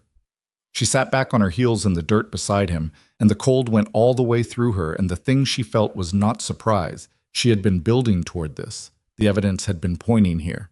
But the confirmation of something you suspect, and the confirmation of something you know are different creatures, and this one landed hard. Victor Langley was alive. He had been alive this whole time. And he was not in Cheyenne, and he was not hiding in the shadows of legal proceedings. He was close. She didn't scream for Rowan. She didn't run. She pressed her hand flat against Decker's side and told him to stay still, and called out in a voice that was loud enough to carry and controlled enough not to panic anyone into uselessness. Pete came first, which was both fortunate and expected. The boy had the instincts of someone who had learned early that fast response was the difference between manageable and catastrophic. He took in the scene in 1 second and didn't ask questions and went for Rowan without being told. Callum and Ned came from the south side of the bunkhouse, and Eliza directed them with the economy of a woman who had exactly enough attention to allocate and none to spare. Callum, get blankets. Ned, boil water and find the medical kit under the kitchen sink, left cabinet, behind the flour. She kept her hand on Decker's side and talked to him. Not comfort, exactly, because Decker was not a man who wanted comfort, and she knew that now well enough to respect it. She talked to him practically, told him what she was doing and why, told him the bleeding was manageable, which was true, told him he was going to need to let someone help him, which he already knew but needed to hear framed as a practical requirement rather than a kindness. "The letter," she said while they waited. "Where is it now?" "Left it where I found it," Decker said. His voice was steadier than she expected. He had the constitution of someone who had been hurt before and had filed the experience as unpleasant but survivable. "Walsh's right saddlebag, under the false bottom." "False bottom," she repeated. "Old cavalry trick. Adds maybe 2 inches of hidden depth. You'd miss it if you weren't looking." "You were looking." "I was suspicious." He moved slightly, and his face changed, and she pressed her hand firmer without letting her own face show what she was seeing. "Been suspicious of Walsh for weeks. Couldn't say why exactly. Something in the way he moved around the schedule. Too interested in things that weren't his concern." Rowan arrived then, coming across the yard with Pete behind him, and took in the scene with a single look that went from Decker to Eliza, to the wound and back to Eliza. "Walsh," she said, before he could ask anything else. "Saddlebag, right side, false bottom. There's a letter." Rowan turned to Pete. One look. Pete went. The next hour had the particular compressed quality of emergencies, time moving at 2 speeds simultaneously, fast and slow, the hands busy and the mind running ahead of the hands. They got Decker inside to the spare room where June Carraway had slept 2 weeks ago. The wound was through the fleshy part of the left side, below the ribs. Painful and significant and not immediately fatal, but infection was the enemy now, infection and blood loss, and the nearest doctor was 12 miles away in Red Hollow. Ned went for the doctor. Callum stayed. Eliza cleaned the wound with the steadiness that surprised even herself, and she thought, while her hands were doing what hands needed to do, that there was a version of herself that would have been unable to manage this. The woman who had stood on the train platform 3 months ago with strangers laughing would not have been able to do this. Something had changed in those 3 months, or rather, something that had always been there had been given room to exist. She didn't examine that thought. She filed it. Decker held still throughout, breathing through his nose in the deliberate rhythm of a man applying considerable willpower to a single task. "Who shot you?" she asked, when the worst of it was done, and he was bandaged and the color was slowly, carefully returning to his face. "Didn't see him," Decker said. "Came from the tree line north of the bunkhouse. Small caliber, like I said. Somebody didn't want to make noise." Somebody who had been waiting, somebody who had seen Decker go toward Walsh's saddlebag and known what he might find there. She stood up from beside the bed and looked at Rowan, who had been standing in the doorway the whole time, and what she saw on his face was the particular expression of a man at the exact moment that patience runs out. Not rage, because rage was too simple for what was on his face, something more like the final settlement of a long account. "The letter," she said. Pete came back then, slightly out of breath, and handed Rowan a folded piece of paper without a word. Rowan opened it and read it, and his expression didn't change because it was already at the place expressions go when they run out of room to move. He handed it to Eliza. The handwriting was careful and small, the handwriting of someone who had learned precision as a professional habit. The letter was brief. It confirmed a meeting. A date, 4 days from now. A location, described in landmarks rather than named places, which spoke of someone who knew the land intimately and didn't want to leave a paper trail that used identifiable place names. The signature was a single initial, V for Victor. "He's been here," Rowan said, not surprised, not even particularly shocked. The statement of a man finishing a sentence that has been building for a long time. Close enough that Walsh could meet him in person. "He's been watching this operation directly," Eliza said, "not just through Walsh's reports. He's been on or near this property." The room was quiet, except for Decker's careful breathing and the wind outside picking up against the windows. "The meeting is in 4 days," Rowan said. "Yes." "Walsh doesn't know we found the letter." "Not yet." She folded the letter carefully and held it. "We need to put it back exactly where Decker found it. The false bottom needs to look undisturbed." Callum, who had been standing in the corner so quietly he'd nearly become part of the wall, said, "You want Walsh to keep the meeting?" "Yes," Eliza said, "with Langley." "Yes." "And then what?" She looked at Rowan. He looked at her. The question between them was not whether to move. That had been decided the moment Decker told her the name. The question was how, and in what order, and how to avoid making the kind of mistake that a man like Victor Langley had spent years preparing for. "We need the law," she said. "Not afterward. Before. Present at the meeting." "The county sheriff is in Casper," Rowan said. 4 days is barely enough time." "Then we start tonight." She thought about what they had. The letter. Enough to establish a connection between Walsh and someone using that initial, but not conclusive on its own. Her ledger, the most complete record of Langley's methodology currently in existence, but compiled by a woman with no official standing in this territory, which a good lawyer could challenge. June Caraway's testimony about the Laramie operations, the wagon wheel, which Rowan had kept wrapped in canvas in his office since the day she found it, physical evidence of attempted murder. Added together, it was substantial. It was not, she knew, airtight. What would make it airtight was Langley himself, at the meeting, with witnesses. "He'll run if he sees law coming," Rowan said, "only if he sees it coming." She started moving toward the door, toward the kitchen, toward the ledger that was still sitting on the table where she had left it when she heard Decker fall. Walsh needs to make that meeting believing everything is exactly as it has been. Langley needs to come to that location believing he's about to watch Rowan Mercer's operation collapse on schedule. She picked up the ledger and opened it to the letter she had written 2 weeks ago, the draft she had been composing to the county recorder, not yet sent because she'd been waiting until the case was stronger. She looked at it and thought about what it was worth and what it lacked, and what 4 days allowed. Rowan Kane stood beside her. Not too close. The deliberate distance that had been there from the beginning, though it had a different quality now. Not formal distance. Something more like the distance of two people who are standing as close as they're going to stand and have both noticed it without saying so. "If we do this wrong," he said, "Langley walks. Whatever evidence we have, he'll bury it. He has lawyers, connections, a network that's been functioning for years. One mistake, I know. And Walsh can't be arrested before the meeting, not under any circumstances." He was quiet for a moment. "That means he's under this roof for 4 more days knowing what he knows, doing what he does." "Yes." She heard what the word cost him and didn't try to reduce the cost. Some things were what they were. "What do you need from me?" he said. She looked at the ledger. "I need you to write a letter tonight to the county sheriff in Casper. I'll draft it. You'll sign it. I need a second letter to the county recorder, documenting the property damage and cattle losses in sufficient legal detail that they can't be dismissed as ordinary ranching mishap." She paused. "And I need you to remember every interaction you ever had with Victor Langley before his reported death. Every meeting, every conversation, every document you might have signed or received, anything that connects you to him on record. That's a lot of remembering. Start now." Something moved across his face. And it was not the almost smile that had appeared twice before. It was different, quieter. The look of a man seeing something clearly that he had been looking at sideways for a while.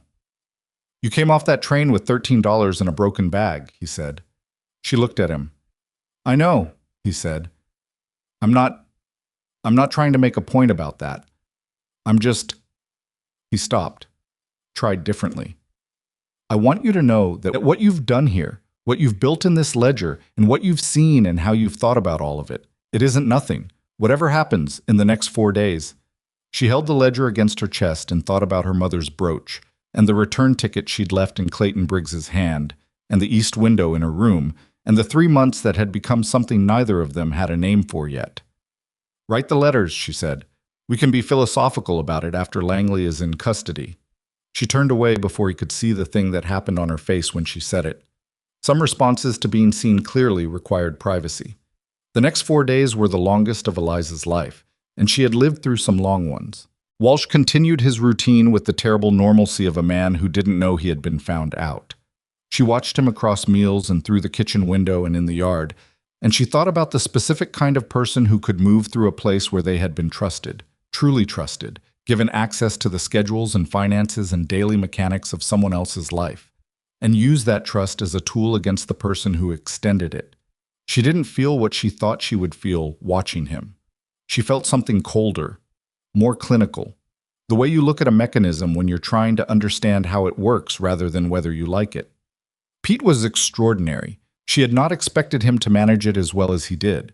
He was 16 and he had been told to act normally around a man he now knew was feeding information to someone who had tried to kill his employer, and he managed it with a steadiness that made her think his difficult early years had built something in him that most people didn't develop until they were considerably older.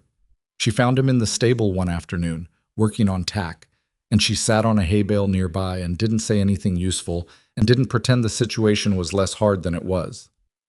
"Walsh taught me how to read a grazing rotation chart," Pete said, not looking up from the leather. "First year I was here. He spent 2 hours showing me how it worked."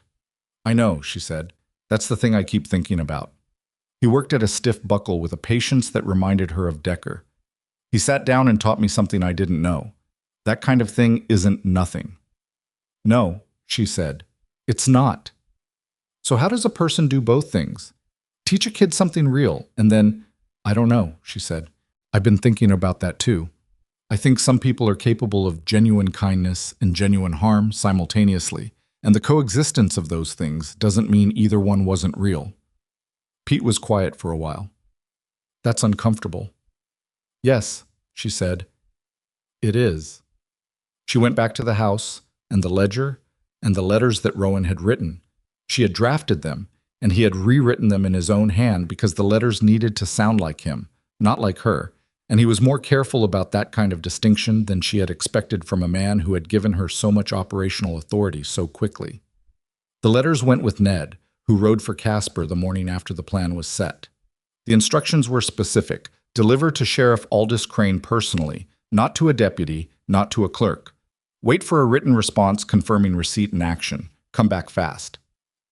Ned came back in 2.5 days. The response was in his coat pocket. A single page from Sheriff Crane, written with the economical authority of a man who had been doing a difficult job long enough that unnecessary language had been compressed out of him. He confirmed the letter. He confirmed the evidence. He named 2 deputies he would bring personally and said he would arrive the evening before the date named in Walsh's letter, which gave them 1 night to position themselves. 1 night. She read the letter 3 times and then put it in the ledger between 2 blank pages where Walsh would never think to look, even if he somehow found the ledger, which he wouldn't because the ledger lived in her room now. Under the floorboard, she had loosened herself with a kitchen knife and a piece of flat metal from the equipment shed. Decker was improving. The doctor had come and gone, a reliable man named Fitch, who asked the right questions and didn't ask the wrong ones. And Decker was confined to bed with the vociferous objection of a man who considered horizontal a personal insult. Eliza visited him twice a day, partly to check the wound, partly because he was the one person on the ranch she could speak to without managing what she said. "You scared me," she told him on the 3rd day. "I scared myself," he said, which was the most admission of vulnerability she had ever heard from him. "The meeting is tomorrow night," she said. He looked at her steadily. "Tell me what's going to happen." She told him. He listened the way he listened to everything, without interruption, without visible reaction until she had finished, and then with one considered response. "Walsh will run if he senses anything off," Decker said. "I know. He's got good instincts. Whatever else he is, he's got good instincts. Decker shifted against the pillow and managed not to show how much it hurt, mostly. You need to give him something to think about other than looking around himself, something that occupies his attention. She thought about that. What occupies Walsh's attention? She asked. Decker looked at the ceiling for a moment. Money, he said, and finishing what he starts. He hates leaving things incomplete. Hates it. If he thinks the job is almost done, he'll be thinking about the end game, she said, not about the middle. Give him a reason to think the end game is close. She went back downstairs and sat with Rowan in his office and told him what Decker had said, and they talked for an hour about what Walsh needed to believe and how to make him believe it without triggering the instincts Decker had correctly identified. What they arrived at was simple, which was the only kind of thing that worked under time pressure. Rowan would tell Walsh, casually, that evening, in the context of a normal conversation, that he had received a letter from the bank in Cheyenne about his outstanding loan, that the terms were being called in, that he was looking at foreclosure proceedings if he couldn't resolve the debt within 30 days. It was not true. Rowan's relationship with the Cheyenne bank was stable, but Walsh didn't know that, and Walsh would know that foreclosure in 30 days was exactly the kind of pressure that Langley's operation was designed to create, and he would go to his meeting the following night believing he was 3 weeks from a completed mission. The conversation happened over supper. She was in the kitchen and she heard it through the wall. Rowan's voice, perfectly controlled, the exact specific flatness of a man delivering bad news with the stoicism of someone who has already processed it. Walsh's response was a single sentence of something that sounded like sympathy, and she thought, there it is. The genuine kindness and the genuine harm coexisting exactly the way she had described to Pete. That night she couldn't eat. Rowan found her on the porch at 9 o'clock, standing in the cold with her arms crossed, and the ledger nowhere in sight for once. She had left it inside deliberately because she needed her hands to not be doing anything. He came and stood beside her, same distance as always. The night was clear and the stars were the kind you only saw in country with no competing light, which was its own particular kind of enormity. Sheriff Crane arrives tomorrow at 6, she said. I know. The meeting is at 9. Walsh will leave here around 8 to reach the location with time to spare. I know. We'll need to be in position before Walsh leaves. The deputies will circle to the east and come in from the tree line. You and I... She stopped. You're not going to the meeting location, he said. She turned to look at him. Eliza. Not formal, not carefully neutral, her name in the way a person uses a name when they mean the person and not the function. Whatever you say to me right now, you're not going to be in that tree line when Langley arrives. I have the ledger. If something goes wrong with the arrest, if Langley has more men than we've planned for, the ledger needs to be in a location that doesn't get compromised. That's a reasonable argument, and it's not the real reason I'm saying no. She looked at him. The real reason, he said, is that the man who shot Decker is connected to whoever shows up tomorrow night, and I am not putting you in the path of a rifle because the ledger is useful. I know you can handle things. That's not the point. His voice was even, but not cool. Warm, actually. The particular warmth of someone who is angry because they are afraid. You've built this case. You've documented every piece of it. If something goes wrong tomorrow night and you're in that tree line, none of this matters because we've lost the thing that makes it matter. She wanted to argue. She had the argument fully assembled and ready, which was her default condition. But she stood in the cold and looked at his face and heard the thing underneath the words, which was not about the ledger at all, and thought about the difference between an argument you can win and an argument you should make. All right, she said. He looked like he'd been prepared for considerably more resistance. All right? You'll need someone at the house who can get the ledger and the letters to the county recorder independently if everything goes wrong at the meeting. That person is me. She paused. That's not capitulation. That's a different tactical position. I understand the distinction. Good. They stood on the porch for a while longer. The stars did what stars did, and the night did what nights did, and somewhere 12 miles south, Red Hollow was doing whatever Red Hollow did at 9 o'clock on a Tuesday. When I came to that platform, he said, I wasn't planning to do anything. I'd seen the situation from across the road. I was going to leave. Let it be someone else's problem. She looked at him sidelong. I took 3 steps, and then I thought, I don't know exactly what I thought, something about how it looked, the way she was picking up her things. He paused. The way you were picking up your things. Without hurrying, without looking around to see who was watching, like dignity was non-negotiable regardless of circumstances. I was terrified, she said. I know. That made it more, not less. She thought about that for a moment, about what it meant that he had seen the fear and the steadiness simultaneously, and the steadiness hadn't canceled the fear, that both things were present and he had seen both. I had nowhere to go, she said. I told you that at the time. Staying wasn't courage, it was logistics. You told me that, he agreed. I didn't believe it then either. Inside the house, someone, Harlan, she thought, by the weight of the footstep, moved through the kitchen and the light shifted under the door. The ordinary sounds of a house at night. Whatever happens tomorrow, Rowan said, I want you to know something. She waited. 3 months ago, I offered you work because my ranch needed a housekeeper and because I was angry at something I'd just watched happen, and I needed to put that anger somewhere useful. Those were my actual reasons. He stopped. Collected himself in the way she had learned was not hesitation but precision, choosing the right words because imprecision was not something he found acceptable when it mattered. They are not my current reasons for wanting you to stay. The porch boards were old and they had cold in them that came up through the soles of her boots. My 3 months are up, she said quietly. I know. You said I could leave whenever I decided to leave. You can. She looked at him. He looked back. I'm not leaving, she said. He nodded. Once.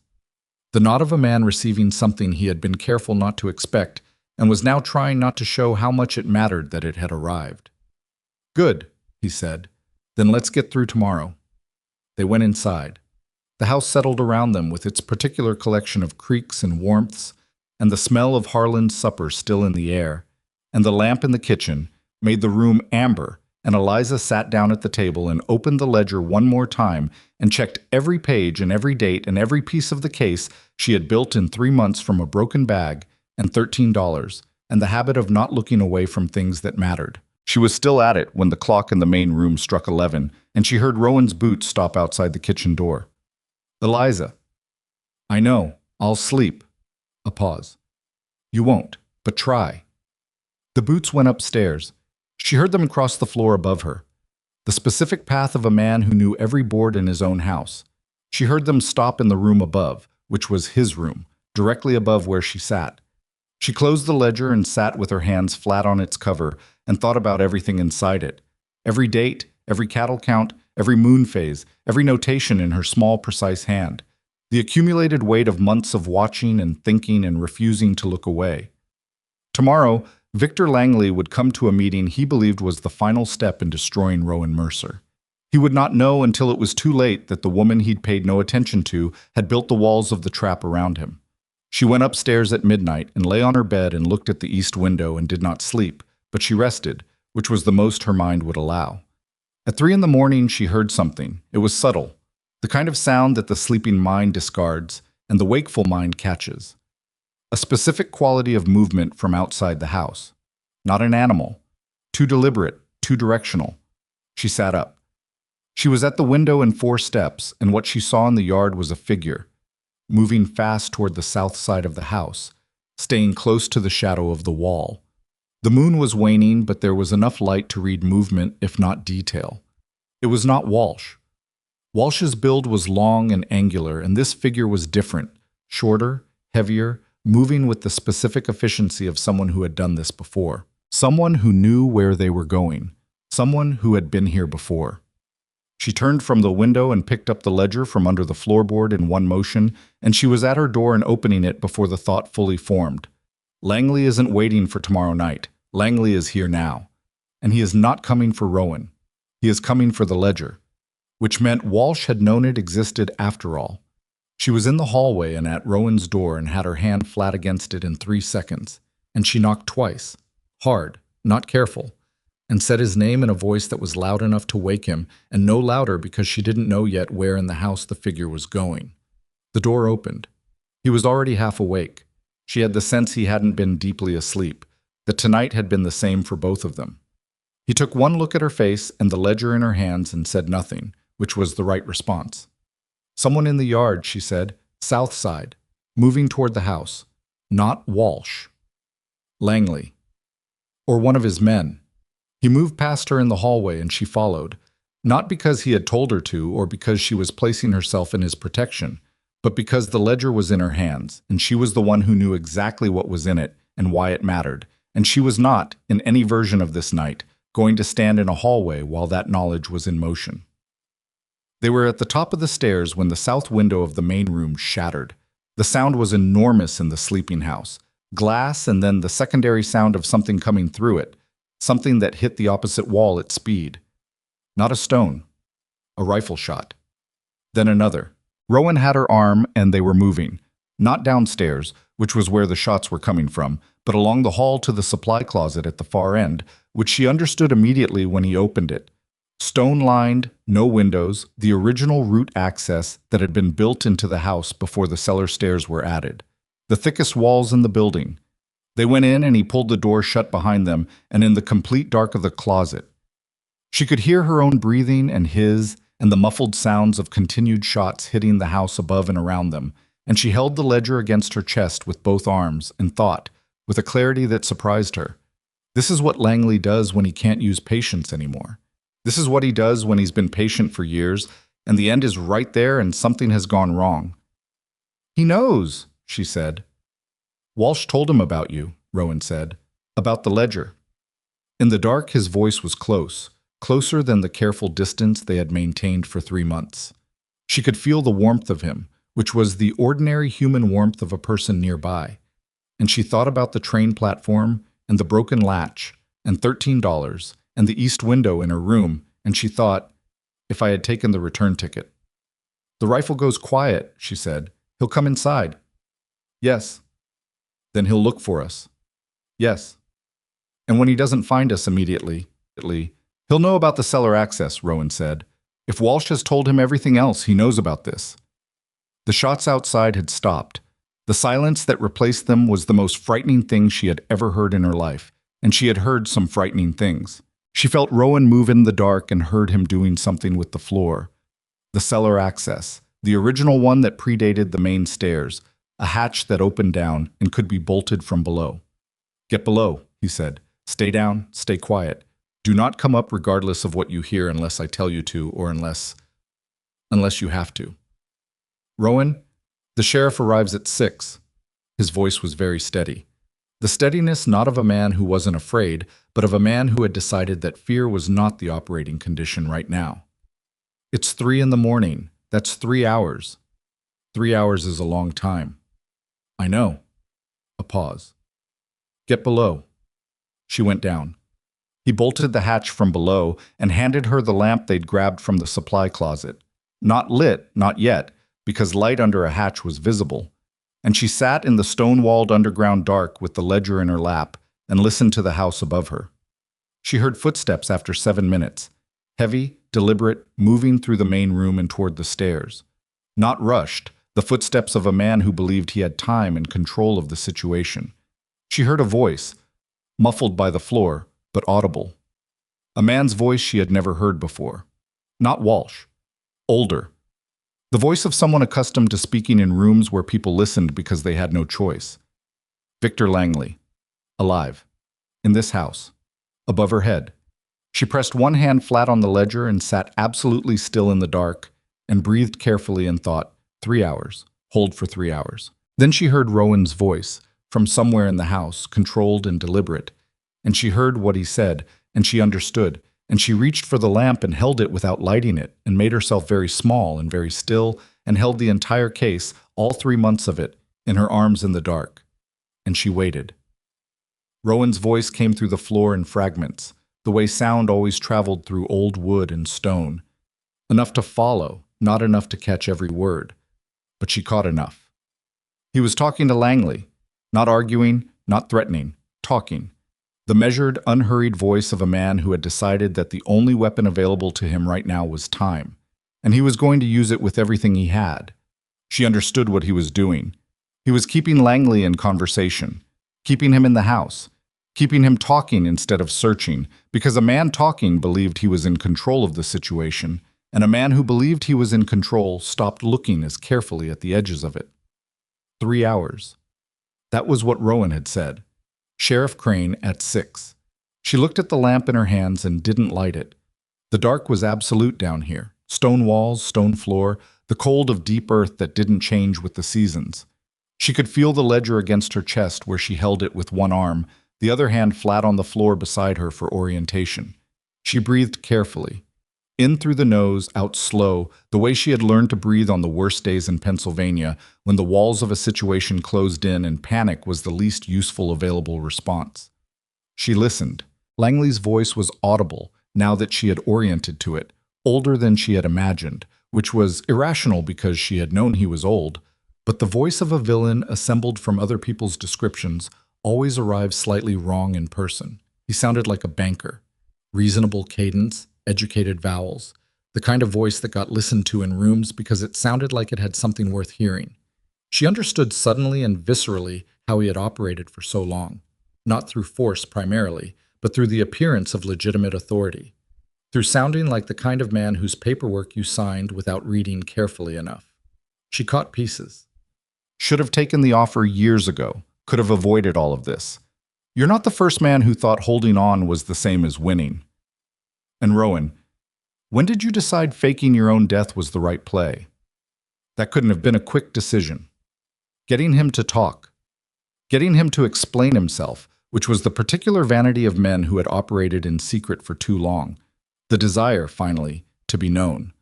To have someone understand the scale of what they had accomplished. Rowan had identified that correctly and was feeding it, and she sat in the dark and thought, keep going, keep him talking. 3 hours is 3 hours. She didn't know where Walsh was. That was the part that kept pulling at her attention. Walsh had been in the bunkhouse when she went to bed. Walsh knew about the cellar access. Rowan had said as much. If Walsh was with Langley, if he was in the house right now moving through rooms while Langley kept Rowan occupied in conversation, she heard a footstep. Close. Above the hatch directly, which was in the supply closet off the kitchen. She stopped breathing. The footstep moved. Stopped. Moved again. Someone opening the supply closet door above her. She heard the specific complaint of that hinge, which she knew because she had been meaning to oil it for 6 weeks and hadn't gotten to it, a small domestic failure that was now information. Walsh. Looking for the hatch. She pressed herself against the far wall of the cellar and held absolutely still and thought about the bolt on the hatch. Old iron, thick, set into a stone surround. It would hold against a person pulling from above. It would not hold against a person with the right tool and enough time. The footstep moved again. She heard him crouch. The specific sound of knees on wood, weight redistributing. He had found the hatch. She heard his hands moving across it, finding the seam, finding the bolt housing. Then she heard something else. A voice from outside the house. Male, sharp, the particular authority of someone who had practiced projecting voice over distance in the open air. Walsh, step back from that door. Step back right now and put your hands where I can see them. The sound above her stopped completely. Crane. Sheriff Crane, or one of his deputies. Outside, close enough that the voice came through the kitchen wall with clarity. It was not 6 o'clock. It could not be 6 o'clock. She had no way of knowing the exact time, but it felt earlier than 6. It felt like 4, maybe 4:30. Crane had come early. For whatever reason, a faster ride, a deputy who pushed the horses, a man who had read Rowan's letter and decided that waiting until exactly 6 was less important than arriving while there was still something to arrive for. Crane had come early. She heard Walsh above her stand up, heard him take 2 steps, heard the kitchen door open. Then she heard the unmistakable sound of a physical struggle. Brief, violent, resolved fast. A body hitting the kitchen floor. Someone saying, "Stop, stop," moving in the flat professional voice of someone who had subdued resistant people before and found it mostly procedural. Then silence. Then Crane's voice again, this time from inside the house. "Mercer, Sheriff Crane. Where are you?" And Rowan's voice from the main room, still controlled, still even. Main room. "Langley is here. He's armed." What happened in the next 4 minutes, Eliza did not witness directly. She heard it. The movement of boots, the specific staccato of voices giving instructions, a single sound that might have been a chair going over, and then a long pause, and then quiet of a different quality than what had come before. The quiet of something finished. She heard Rowan's voice say her name. Not loud, just her name, directed at the floor. She unbolted the hatch and climbed up. The supply closet was empty. She went through it into the kitchen, and Rowan was there, and behind him through the doorway to the main room she could see two men in the postures of deputies, formal, alert, and between them a third figure seated in Rowan's chair by the fireplace with his hands bound and his face doing something complicated that she thought was probably the expression of a man confronting, for the first time, the specific reality of consequences. Victor Langley was smaller than she had imagined. That was the first thing. Not physically small. He was perhaps 5'10", solidly built for a man of his age, which she put at 60 or thereabouts. But small in the way that people who have operated through proxies for years often are in person, the scale of them contracted by the absence of the apparatus that makes them large. Without Walsh, without the forged documents and the leveraged debt and the network of pressure and fear that had allowed him to destroy ranches and lives across 2 territories, he was an old man sitting in someone else's chair looking at the floor. She looked at him for a moment, just looked. Then she looked away, because she had spent 3 months building what was in the ledger she was carrying, and she was not going to waste the energy of hatred on a man who would now be handled by people whose job it was to handle him. Sheriff Crane was in the main room, a tall, spare man of 50, with the kind of face that had resolved itself into permanent, careful attention. He looked at Eliza when she came in from the kitchen, and then he looked at the ledger in her arms, and then he looked at Rowan. "This the woman who built the case?" he said. "Yes," Rowan said. Crane looked at her directly. "Sheriff Aldous Crane, I apologize for the state of your window." "It's not my window," she said, "but I appreciate the sentiment." Something moved across Crane's face that might have been the professional equivalent of a smile. "I'd like to review the documentation you have, Miss Ashford, tonight, if you're willing, before anyone starts talking about what happened here and the details get muddy." "The documentation is complete," she said. She held out the ledger. "Everything is dated and cross-referenced. There are letters from a woman named June Carraway who has direct knowledge of Langley's previous operations in Laramie. The names of other affected ranchers are in the back section. And there is a physical piece of evidence, a wagon wheel with a sawn rim, in Mr. Mercer's office. I'd suggest taking it into custody tonight." Crane took the ledger with both hands, which she appreciated, the gesture of someone treating it as what it was. He opened it to the first page and read for perhaps 30 seconds, and then closed it and looked at her with the complete attention of a man recalibrating something. "How long did this take you?" he said. 3 months, she said. Crane looked at Rowan. "You want to tell me why you didn't send for me sooner?" "Because I didn't have this 3 months ago," Rowan said. He said it simply, without making it a compliment and without making it nothing, and she felt the accuracy of it and left it alone. Walsh had been taken outside. She learned later, the following day when Crane came back with a deputy to finish the formal documentation, that Walsh had not in fact been working for Langley out of ideology or particular malice. He had been working for him out of debt. Langley had found a financial obligation that Walsh had been quietly carrying for years, a loan from before his time at Mercer Ranch, a bad decision made during a worse year, and had bought the debt and used it the way he used everything, as a lever. Pay what you owe me in information, or I call the note and you lose what you've built. She thought about that for a long time after she heard it, about the distance between a traitor and a person who had been given no good options and had made the least bad one available, and whether that distance was large or small, and who got to measure it. She didn't arrive at a clean answer, which she thought was probably the honest result. Some questions didn't resolve into clean answers, and insisting that they should was its own form of dishonesty. Decker, when he heard about Walsh, said nothing for a long time and then said, "I wish I'd known about the debt."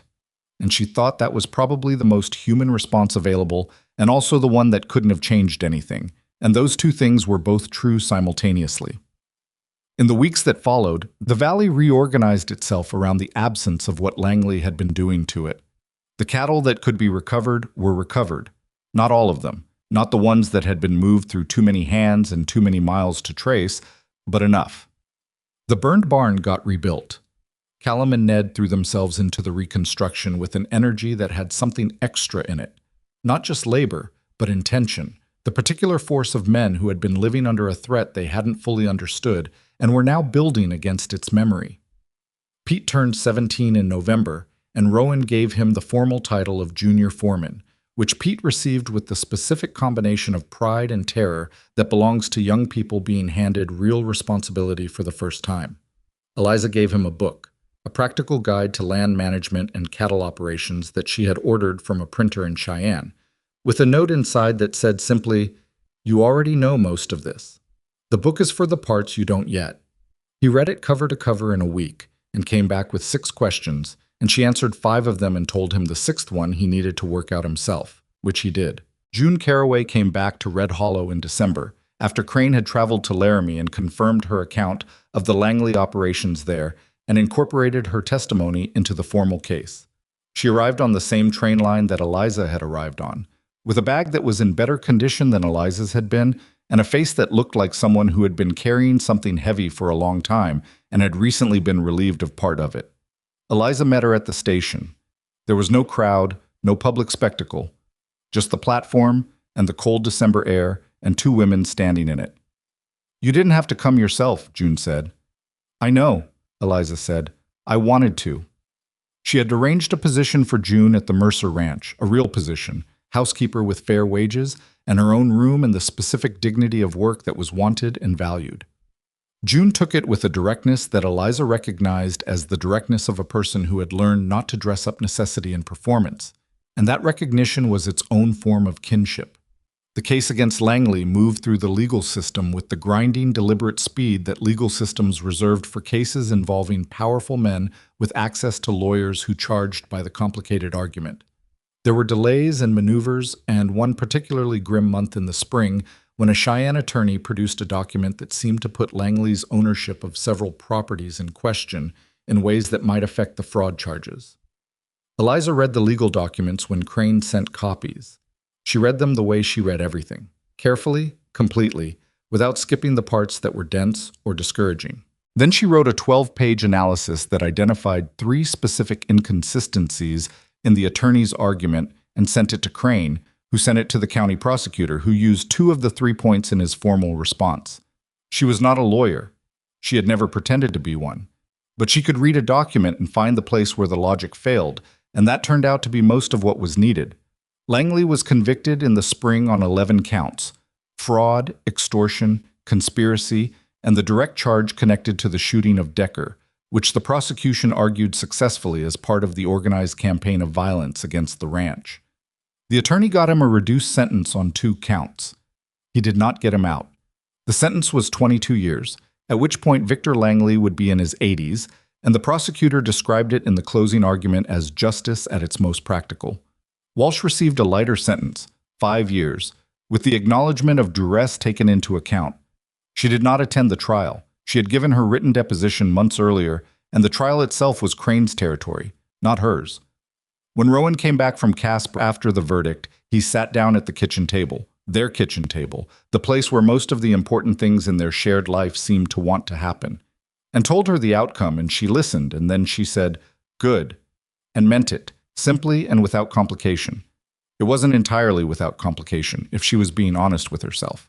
Nothing that involved people ever was. The 22 years meant the families that Langley had destroyed in Laramie and elsewhere didn't get their ranches back. A prison sentence is not a restoration. Decker would carry the injury in his side for the rest of his life in the form of occasional pain that he did not complain about, and she noticed anyway. Walsh would come out of his 5 years into a world where Mercer Ranch existed and functioned without him, and she didn't know what he would do with that. She thought about Del Ackers sometimes, the rancher Rowan had failed to help, the ghost of that decision that had sat inside Rowan's chest for years. They had tried, through Crane, to locate Ackers or his family. What they found was that he had settled in Colorado, remarried, was running a small operation near Pueblo that was by all accounts stable, if not prosperous. Alive. Continuing. Rowan wrote him a letter, not an apology exactly, because he had stopped insulting both of them by calling it that, but an honest account of what had happened and what had been resolved and what he wished had gone differently. He showed her the letter before he sent it. She read it and handed it back and said, "Send it." "Do you think he'll respond?" "I don't know. That's not why you're sending it." He sent it. Del Ackers did respond eventually. 3 months later, a brief letter that said he appreciated knowing that he had built something worth having in Colorado, that the past was the past, and he was not a man who spent his energy on things he couldn't change. It was not a forgiveness letter, because it wasn't asking to be. And Rowan held it for a long time and then folded it and put it in the desk drawer, and Eliza thought, that is a man setting something down, finally, after carrying it for a very long time. The thing between Eliza and Rowan had been becoming itself since the beginning, which was the nature of things that grow from practical ground. It didn't announce itself and it didn't perform itself. It built quietly in the space of daily life, in the kitchen table conversations that had started as tactical briefings and become something else, in the habit of his boots on the stairs and her lamp being the last light in the house, in the way she had started leaving his coffee, the way he actually drank it, instead of the way people generally drank it. He asked her to marry him on a Tuesday afternoon in June, standing in the kitchen garden that she had reclaimed from the weeds over the course of the winter. Not the most romantic setting, perhaps, but honest, which was what both of them understood by then was worth more. He had dirt on his hands because he had been helping her dig in the bean rows, which she had not asked him to do, but he had appeared and started doing, and she had accepted because she had learned that there were forms of help that were also something else. He said, I'm not asking because you've done something that needs rewarding. I'm asking because the idea of you leaving has become genuinely impossible for me, and I wanted to say that plainly instead of finding indirect ways to keep you here. She looked at him across the bean row. That's the least romantic proposal I've ever heard, she said. I know. I practiced a more romantic version, and it sounded false. This one sounds like you. That's what I was going for. She had her trowel in her hand and dirt on her apron, and the June light was doing what June light did in Wyoming, which was make everything look like it had been waiting for warmth and had finally received it. She thought about the train platform and the return ticket and the broken latch and the ledger under the floorboard, and 3 months that had become a year in a life she had not planned and had built anyway from what was available. Yes, she said. They were married in August in the valley. Not a large ceremony because neither of them had the personality for spectacle, and the people who mattered fit easily into the main room of the ranch house with the windows open and the summer air coming through.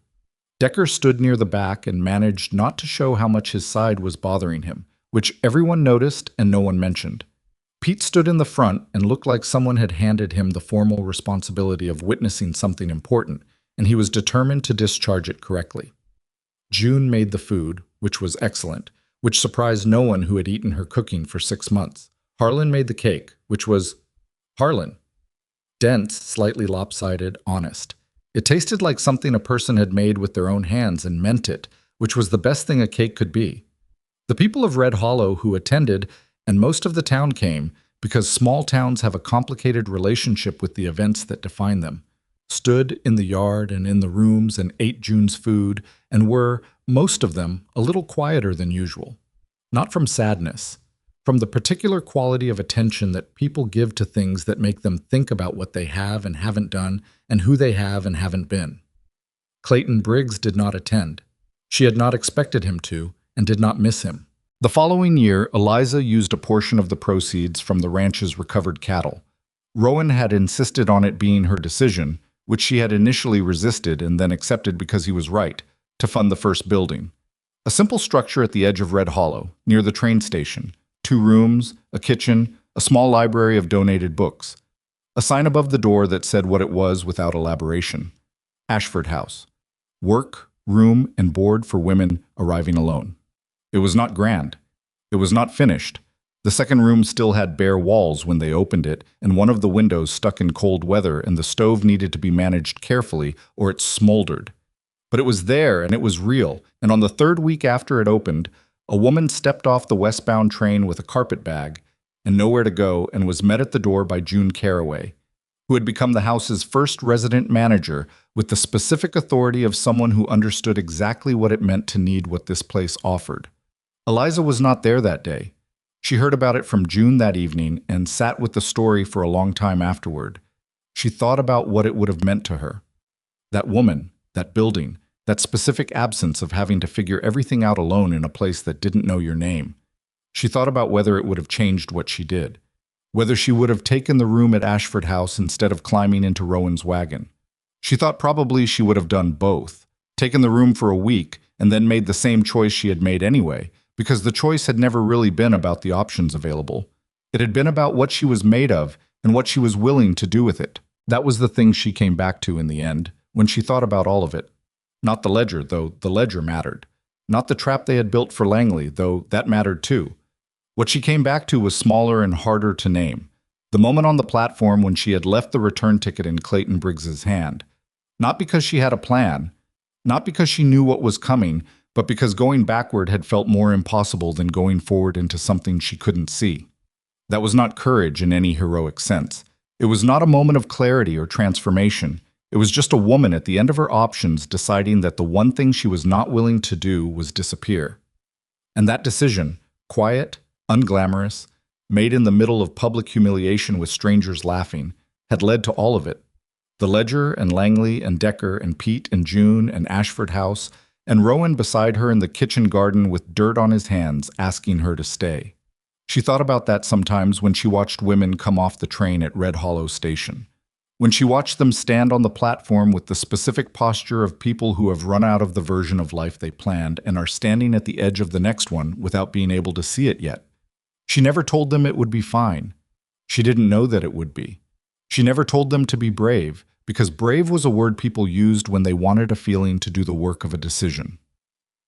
What she told them, when they came to Ashford House and sat at the kitchen table and held a hot cup in both hands, and looked at her with the face of someone trying to calculate how much worse things could get, was simpler than any of that. She told them, "You're here. You're still here. Start from that." It was enough. It had been enough for her. It turned out to be enough for more people than she could have imagined, in a valley that had learned, slowly and imperfectly, and at considerable cost, that the woman nobody wanted had built the thing everybody needed. And on the wall of the main room of Ashford House, above the table where the coffee was always on and the lamp was always lit, she hung a small framed card in her own handwriting. The same small, precise hand that had filled 3 ledgers by then and was working on a 4th. It said only, "Fixable. Good leather, just needs a proper clasp." Most of the women who read it didn't know what it meant, but they always remembered it. And that, she thought, was exactly right.